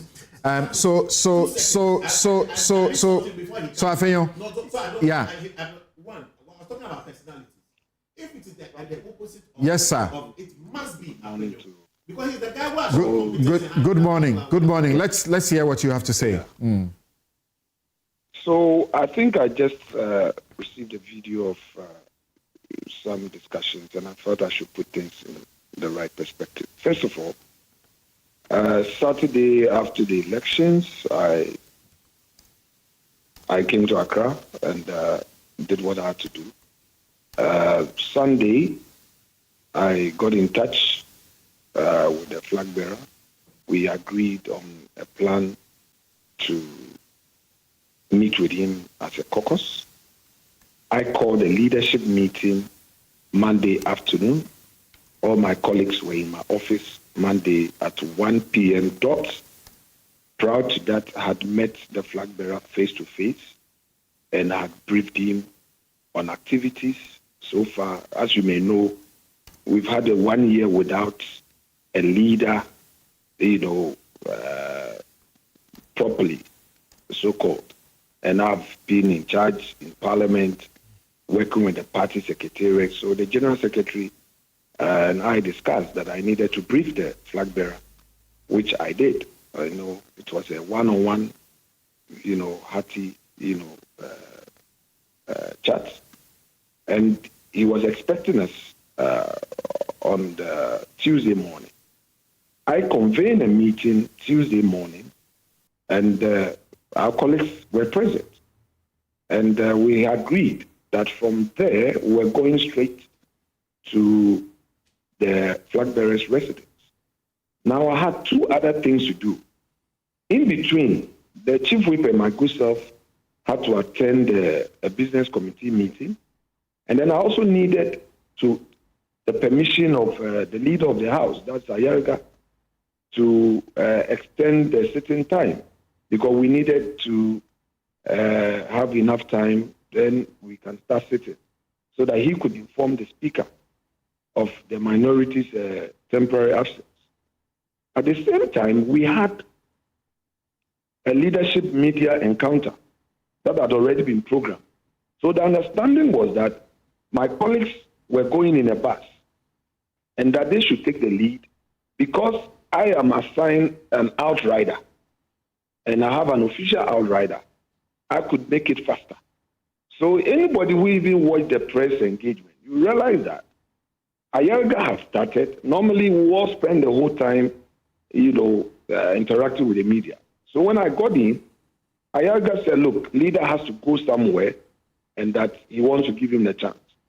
And I put forth our case and our issues, and even jokingly said, I hope in my absence, he wouldn't be doing some uppercut, and indicated that, look, we needed to meet our flag bearer. I would want to beg of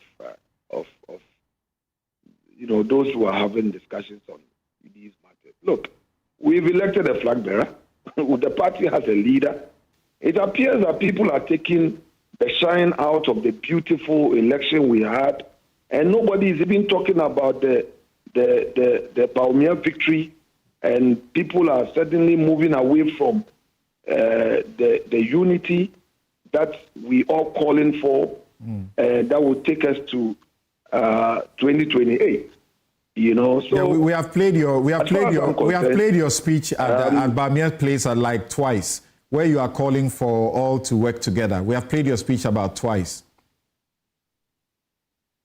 Correct. Right. So we need to. We don't have a choice. All right. As a party, we have no choice. I have a lot of questions for you, but when we meet next week. But do you feel under siege? I mean, do you feel under siege? I'm doing my my annual medicals. Let me. Do you feel under siege? My health together. I mean, the right time will come. So. But just one question. Do you feel right perspective? But just one question. Do you feel under siege? No. It's politics. I mean, as for politics, you should expect anything and everything. It's part of it. You don't come into politics to expect things to be all rosy. Not at all. You have 100%. You have 100% support for Baumia. You don't need to ask this. There is a party leader, and my job is to rally the party in parliament to help achieve that one goal: win elections. That's it.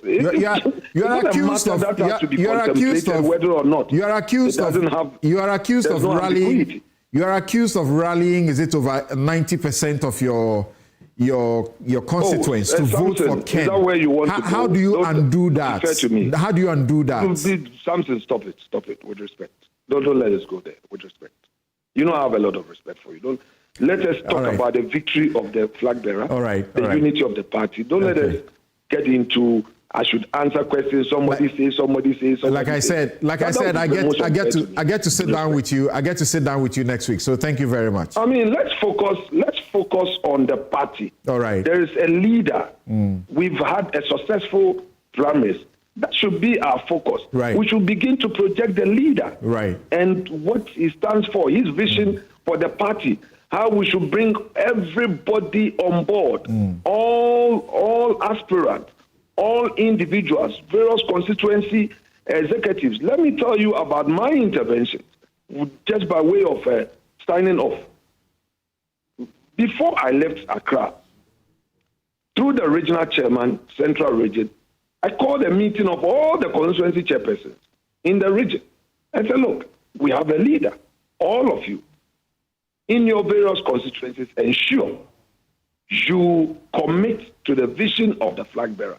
And that is what every constituency must do. Every region must commit to the vision of the man. We move together, continue the next internal processes, prepare ourselves for the task ahead. That is what matters. Okay, thank you very much. Alexander Kwamina Afenyo-Marking is the minority leader of Parliament. He used to be the majority leader, now the minority leader. So this is where we will take a quick break. But too many of you were putting your hands up when Senor began to suggest that Kojo Oppong-Nkrumah may not be qualified for something.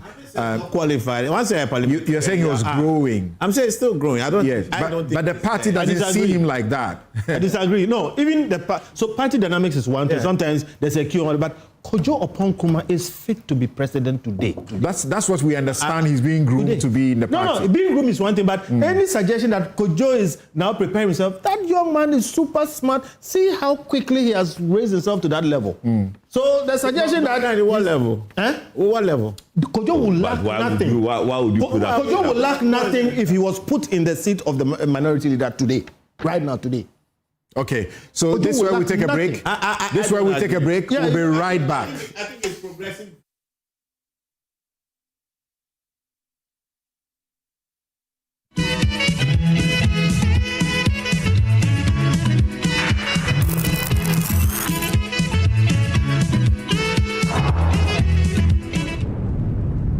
Hi, now let me share my wildlife experience with you at Safari Valley Eco Park. Welcome to Safari Valley.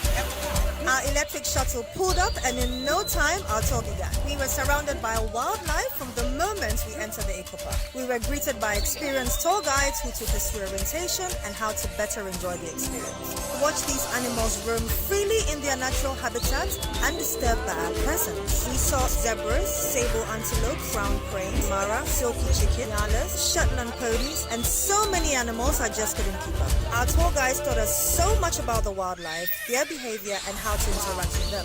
I even fed them. We also went fishing on a man-made canal. Then we took a break to have lunch in this serene environment. All this amazing experience for this price for adults, this price for teenagers. It's a bargain. As the sun began to set, it was time to go back home, but not before dinner by the campfire. It has been a thrill of a lifetime, and I can't wait till my next visit. Safari Valley Eco Park, bringing you closer to nature. Are you weary of land disputes and never-ending legal battles?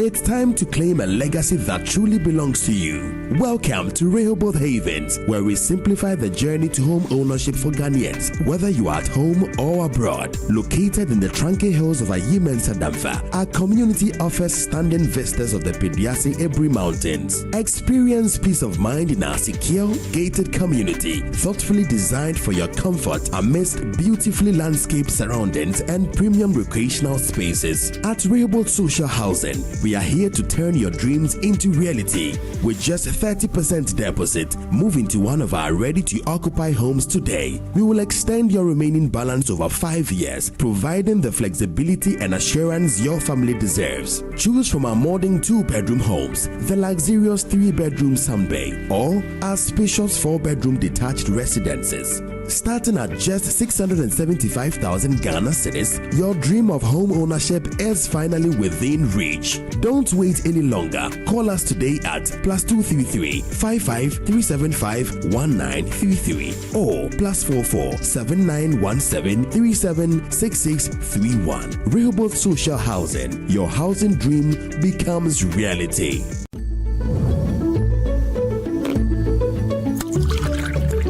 Juice are you taking? This is Koa Natural 100% cocoa fruit juice. Can I have a glass? Of course. Koa Natural 100% cocoa fruit juice is not just your regular cocoa drink. This is an innovative juice made from the pulp of the cocoa fruit.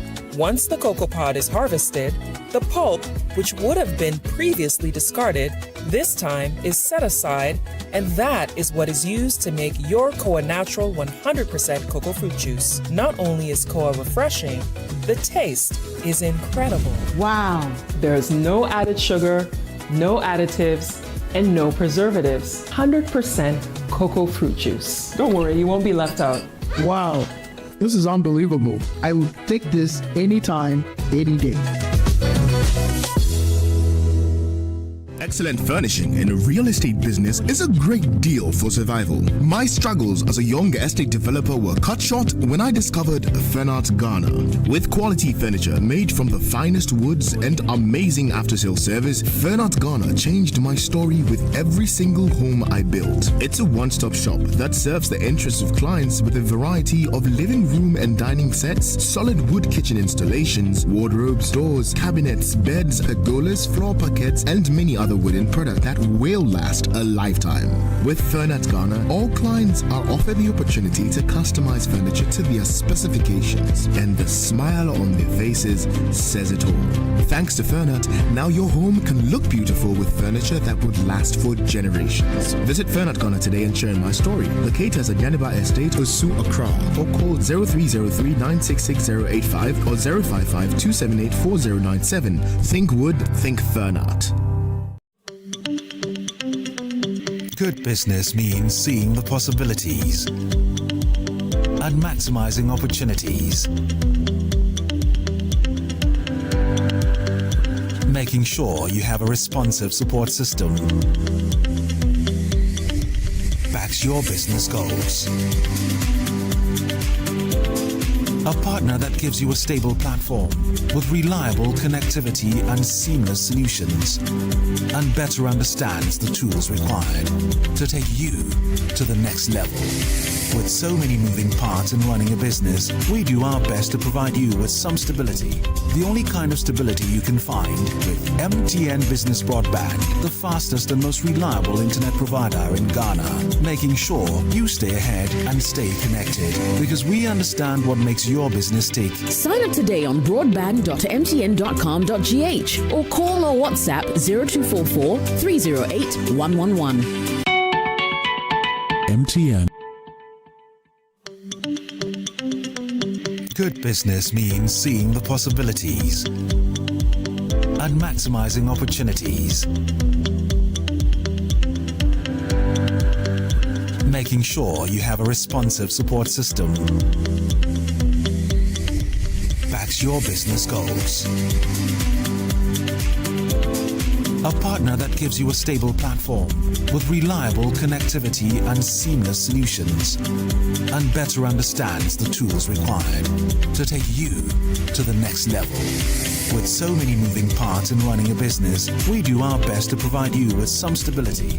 The only kind of stability you can find with MTN Business Broadband, the fastest and most reliable internet provider in Ghana, making sure you stay ahead and stay connected, because we understand what makes your business tick. Sign up today on broadband.mtn.com.gh or call or WhatsApp 0244 308 111. MTN. For decades, we have helped businesses connect with their trade partners all over the globe. From Ghana to Burkina Faso, Côte d'Ivoire, Benin, Togo, Senegal, China, Morocco, France, Netherlands, and many other countries. We have made it possible to bring Ghana to the world. We have brought small and medium businesses closer to their customers across the regions in Ghana with our SME support facilities. We have brought relief and smiles to the faces of families with our employee personal loans. With our cutting-edge technology and digital support, we take the burden of complex thinking off you, making life simple.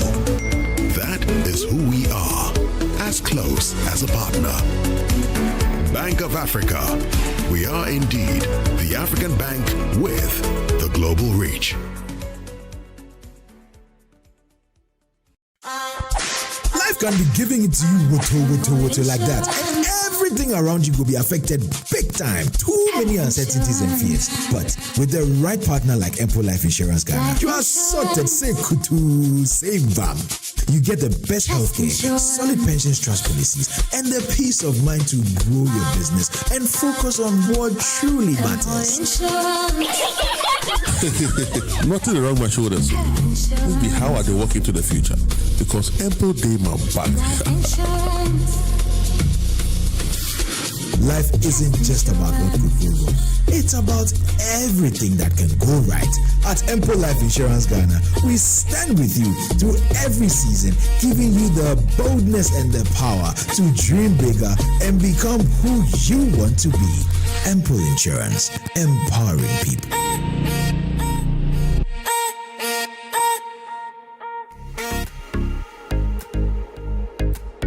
Dear Gold Board Jewelry customers and value supporters, on behalf of the board, management, and the entire team at Gold Board Jewelry Limited, I extend our heartfelt gratitude for your invaluable support and contributions. It is because of you that we continue to stand strong and grow. As we enter this beautiful month of love in February, we're excited to reciprocate your loyalty by offering amazing discounts across our entire range of products. We want to celebrate you and give you the perfect opportunity to celebrate your loved ones. Visit any of our showrooms at your convenience. Choose any item, including our popular gold tablets, and enjoy this special discount. Yes, the offer applies to everything in our collection. Once again, thank you for your continued trust and support. Together, we are building something truly special for Mother Ghana and the African continent, transforming our precious gold into world-class jewelry that proudly showcases Ghanaian craftsmanship and heritage. We look forward to serving you even better.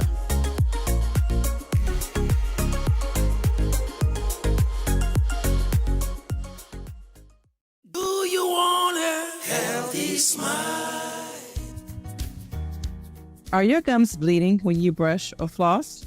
It may be time for a professional dental cleaning. Hi, I'm Tanya from Bethel Dental Clinic, Ghana. Bleeding gums are a sign of gum disease, and when you visit the dentist, your dental hygienist will examine your gums and bone health by completing a periodontal assessment. Using a periodontal probe, or a gum probe, the depth of the pockets are measured gently and precisely. We are checking for the space between the tooth and the gums, checking for bleeding gums, checking the recession, as well as to see if the teeth are mobile. So, have a discussion with your dental team on gum health and preventative measures against gum disease, and these discussions could be the first sign towards a healthier mouth. Healthy smile.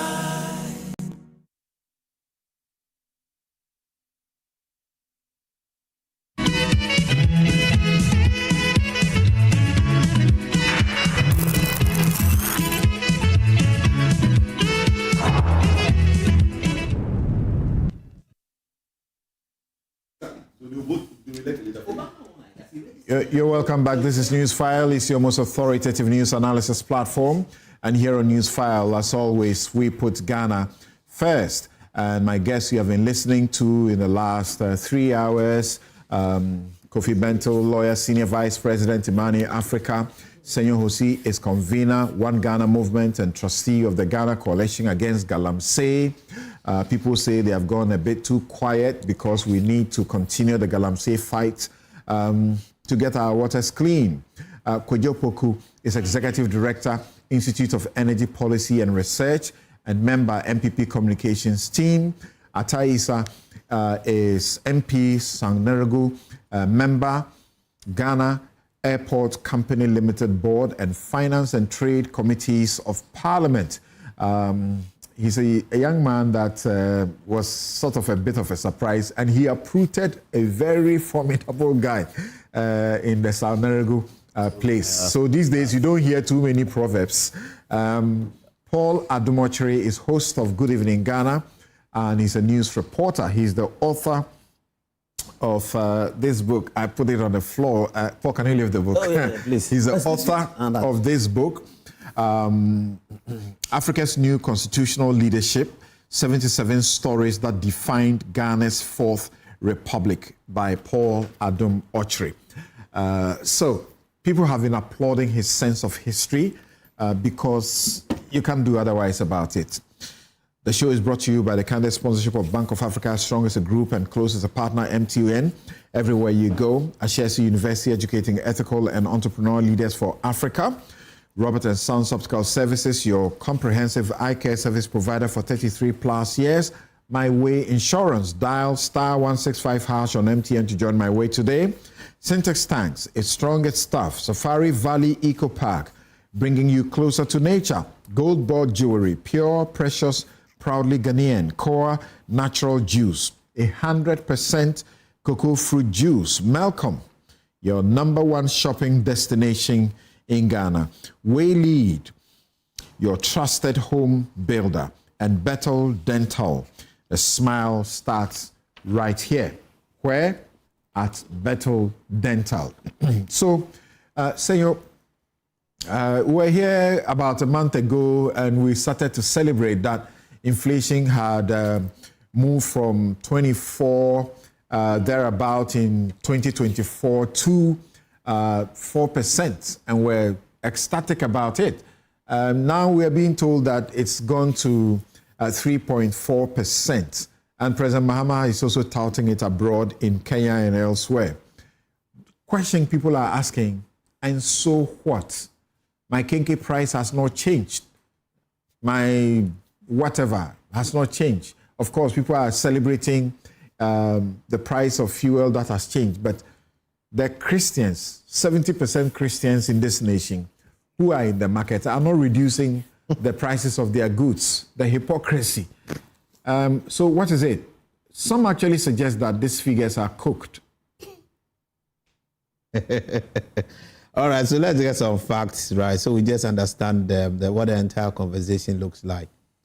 When we say inflation, we are actually talking about the shifts or changes in the general prices of goods. So there's a whole formula for it. There's something called the price index that uses a particular base.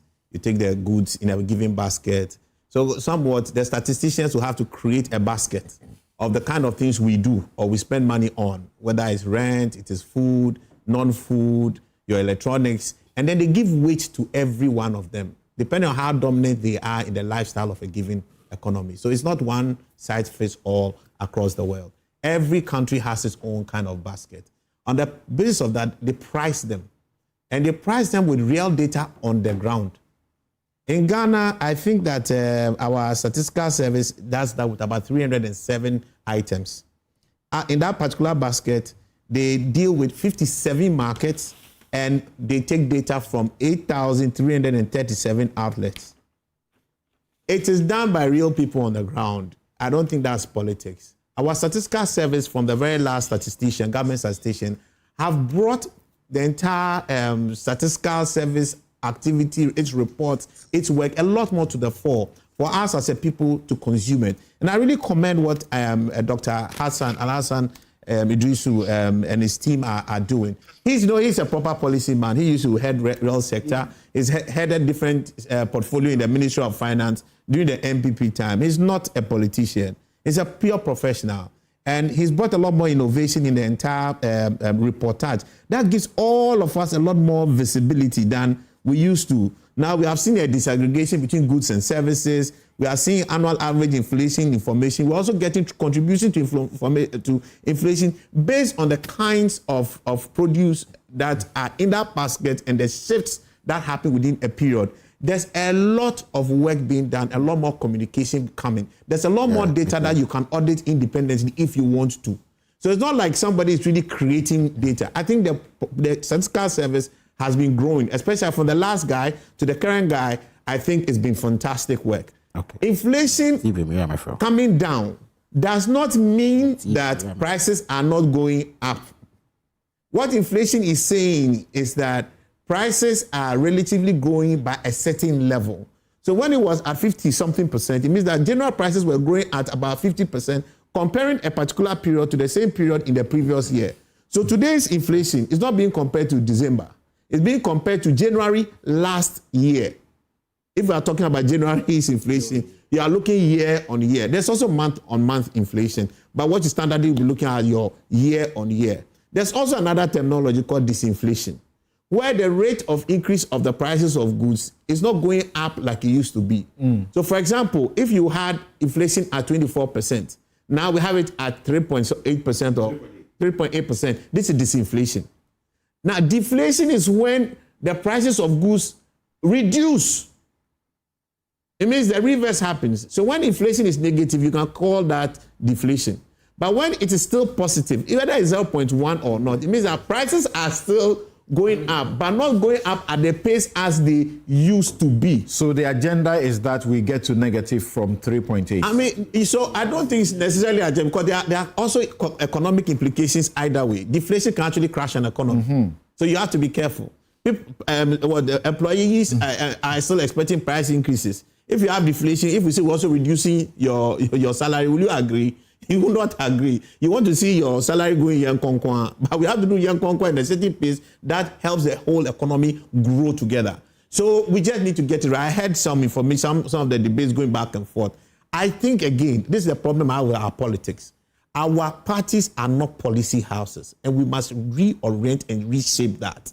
This conversation and then the methodologies that the statistical service use is public. It's well known. There's a whole manual on how inflation, the data is captured. The people are people who cut across the political divide.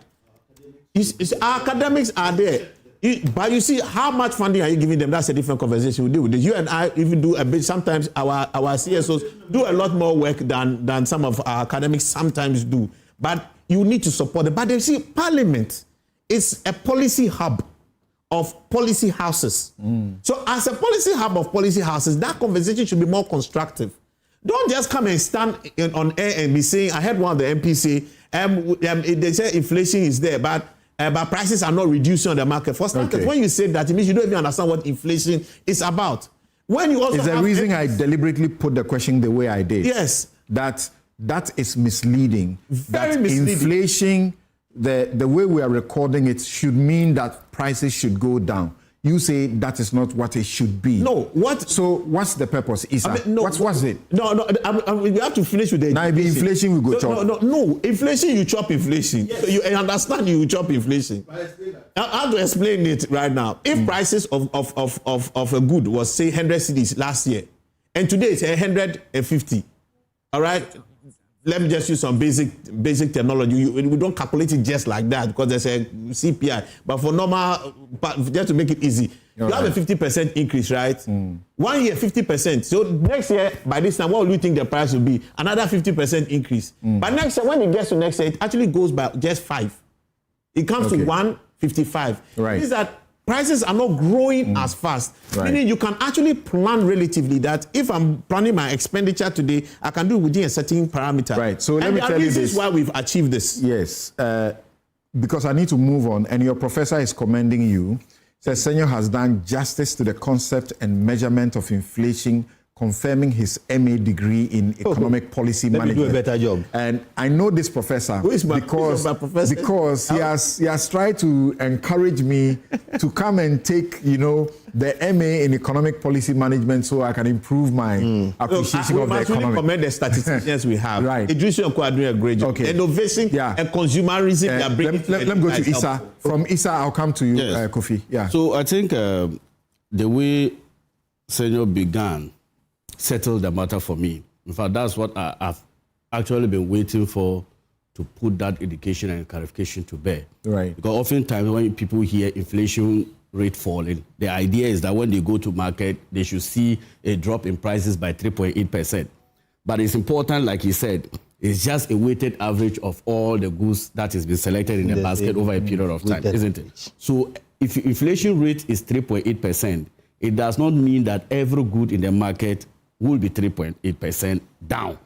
That is negative or reverse inflation, and that's deflation, like he said. If we see the general level declining downwards, that is deflation. Now, let me say something. And the 3.8 is the average. Average. So even in a basket, because it's a weighted average, you can have 307 products. 50 of them can be falling actually, but some will increase. But when you cumulatively put a weight to them, then it nets off to 3.8. Is that your background too? Yes, I'm just completing PhD finance this August going. All right. So, congratulations. Thank you. So now, look, inflation, growth, external performances, our debt trajectory are all outcomes of policies. And let me quote from the IMF Fifth Review, which is very important, because if you question the rate of inflation here, even IMF acknowledges that Ghana was supposed to perform based on the 2025 budget. We're supposed to be between 6 to 10% inflation band, but we did better. Right. And the IMF acknowledged it at the Fifth Review. Look at what they said. The IMF recent fifth review acknowledges Ghana's strong performance under the Extended Credit Facility Program, noting gains in inflation, reserves, external balance, and debt trajectory, but attributes these not only to the external condition, but also to the Ghanaian authority reforms after policy slippages in 2024. So in 2024, there were a lot of policy slippages as we witnessed in 2024. However, based on government policies, we'll be able to put in corrective measures that resulted to this. Now, people ask, if now inflation goes up, if you see inflation going down, why are we not getting price reduction in the market? You cannot also say on authority that there's nothing or no product in Ghana has fallen. Their price, I can list also. In fact, trade committee, tomatoes, okra, rice. Tomatoes depends where you buy rice. Now, again, you do that data. This is the problem. No, you take that. Don't say stop that. You should educate people. Educate because this was right here. Let me. That is not right. Please. You don't use that. You take the data from the statistical service. It's not reflective. Reflective where? So don't be dishonest about data. No, now look at. Have you collected data? Guys, Isa is unable to continue when you are. So let's hear him quickly. So the point is that even when inflation is declining, absolute prices may not absolutely decrease, and there are various reasons we can attribute to that. First of all, you remember between 2022 to 2024, inflation peaked at 54% at a certain point. That rate increased most products to its current base as we speak, a higher base. So all this inflation is now calculated on that higher base. So a mere price stability does not erase all the earlier increases that happened between 2022 and 2024. Number two, businesses still have inventory that they still have old stocks. They are not done. And they are not done. So you cannot, because economy is doing well. I understand month-on-month inflation is 0.2%. Exactly. So because of that, all those retailers often also, until they sell old goods finished, they won't reflect the market share. Now, this is supported by data. Let me give you this one, this economic theory, the theory of sticky prices. In 1 minute. In 1 minute. This theory posted that prices for many goods and services are slow to adjust to changing economic conditions. And it comes here to say, lingering effects of supply chains issues can still maintain high cost of raw material, even the general inflation rate has cooled off. Then finally, if you come to price stickiness downwards, prices tend to be sticky downwards, meaning they can rise quickly due to inflation, but are slow to fall when input cost decreases. Ghanaians by nature, when inflation is high, we are sometimes quick to increase. But when we see inflation rate dropping, people do not generally reflect in That's the drop the hypocrisy that we must all stop. And I have to take this quick break. I'll be right back. Very quick.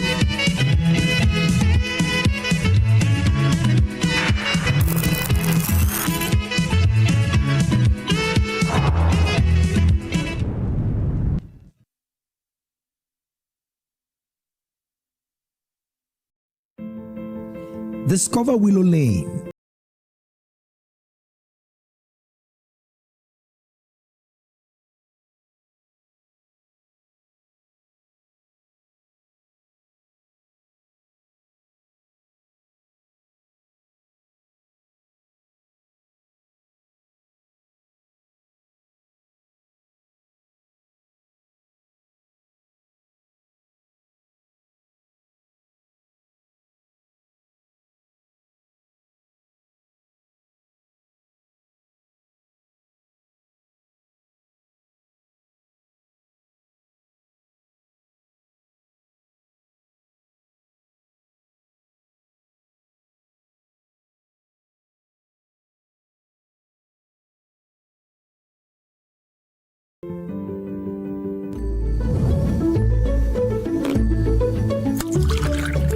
What juice are you taking? This is Koa Natural 100% cocoa fruit juice. Can I have a glass? Of course.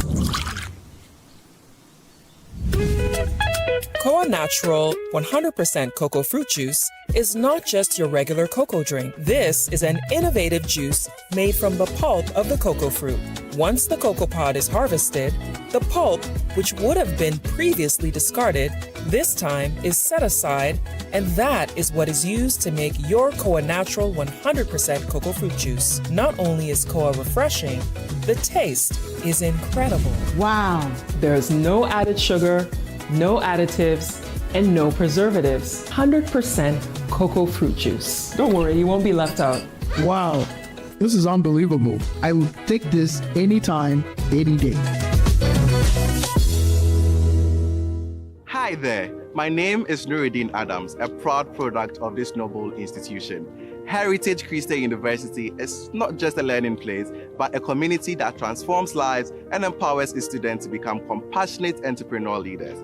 My journey here has truly been life-changing, and I invite you to come experience the same. Whether your passion is into business, nursing, midwifery, psychology, communication studies, multimedia technology, information technology, or theology and ministry, Heritage has tailored these programs for both the undergraduate and graduate studies to suit your goal. If you're ever ready to take your education to the next level, then pick up an application form and join us today. At Heritage, you are never alone, as members of the community will stand and work with you every step of the way. Welcome to Heritage Christian University.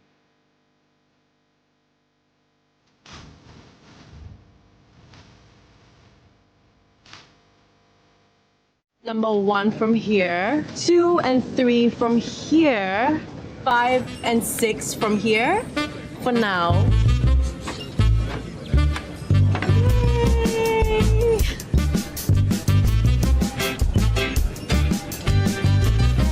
Now, I have the number 7, 8, and the number 9.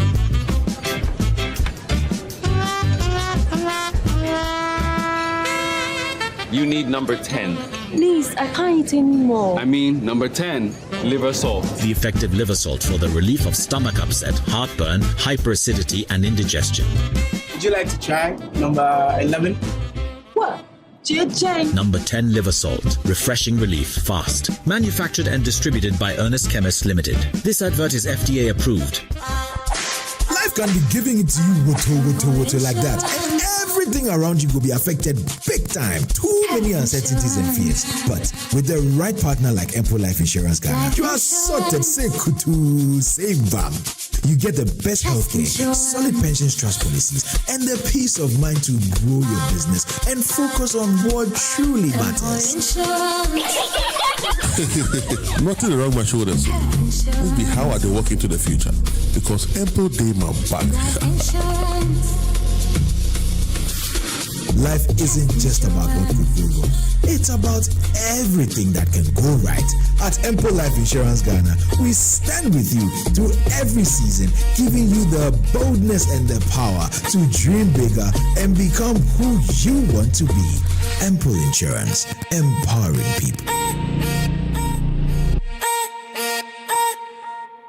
Hi, now let me share my wildlife experience with you at Safari Valley Eco Park. Welcome to Safari Valley Eco Park. Our electric shuttle pulled up, and in no time, our tour began. We were surrounded by wildlife from the moment we entered the eco park. We were greeted by experienced tour guides who took us through orientation and how to better enjoy the experience. Watch these animals roam freely in their natural habitat, undisturbed by our presence. We saw zebras, sable antelope, brown crane, mara, silky chicken, nyalas, Shetland ponies, and so many animals I just couldn't keep up. Our tour guides taught us so much about the wildlife, their behavior, and how to interact with them. I even fed them. We also went fishing on a man-made canal. Then we took a break to have lunch in this serene environment. All this amazing experience for this price for adults? This price for teenagers. It's a ball game. As the sun began to set, it was time to go back home, but not before dinner by the campfire. It has been a thrill of a lifetime, and I can't wait till my next visit. Safari Valley Eco Park, bringing you closer to nature.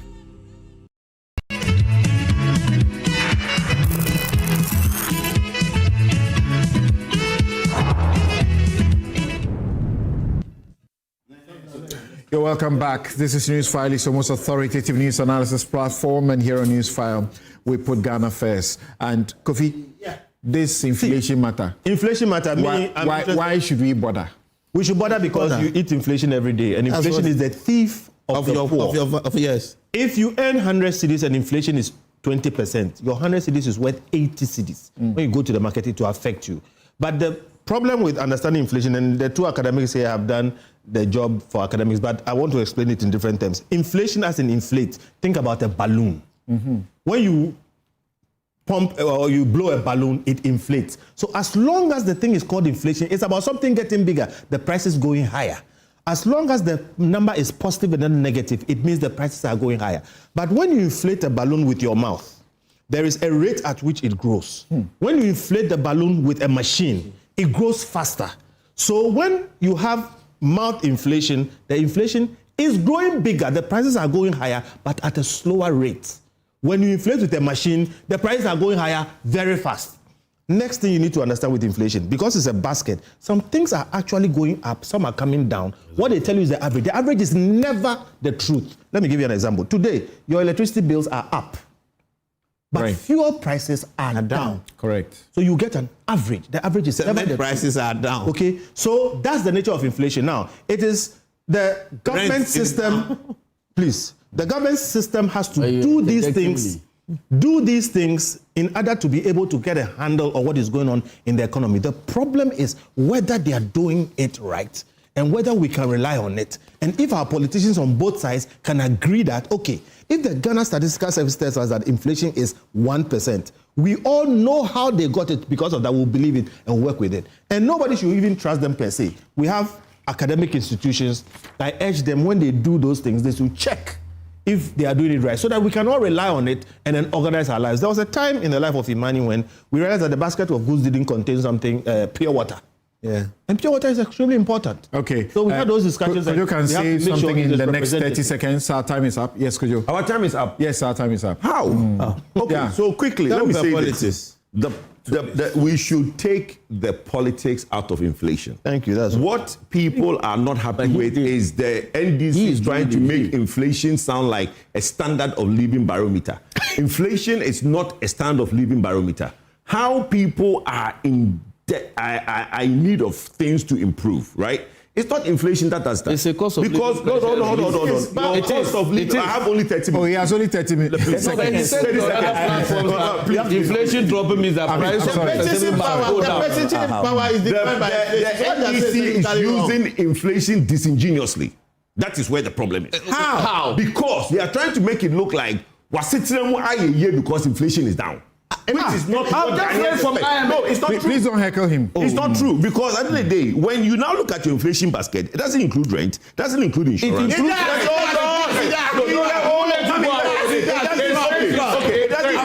hold on. It doesn't include medical bills.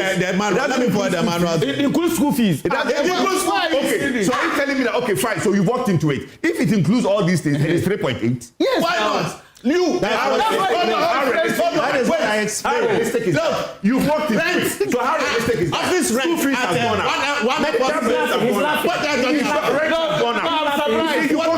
Honorable is laughing. One airport square rent should be about 80%. All right. I'm sorry. CTFM are reporting that Baba Jamal is distributing. They have a video. He's distributing 32-inch TV as voting is going on. Thank you, guys, and thank you very much. Tomorrow Sunday, join me on my favorite show, The Law, at 2 p.m. I'm hosting these three lawyers that you see on your shot, and we are going to be talking about the reduction in the sentence of Agradaa. I'll not talk about it the way I spoke about it on my show, because that is just legal education. So join us. My guests have been Kofi Bento, lawyer and senior vice president, Imani Africa, Senior Hosi, convener, One Ghana Movement and trustee of the Ghana Coalition Against Galamsey. Kojo Poku is executive director, Institute for Energy Policy and Research, and member, MPP Communication Team. Atta Issa is MP, Sanergo, and member, Ghana Airport Company Limited Board, Finance and Trade Committees of Parliament. And Paula Dumochiri is host of Good Evening Ghana and news reporter. I'm Samson Ladia Yanini. Have a good afternoon. Thanks for your company.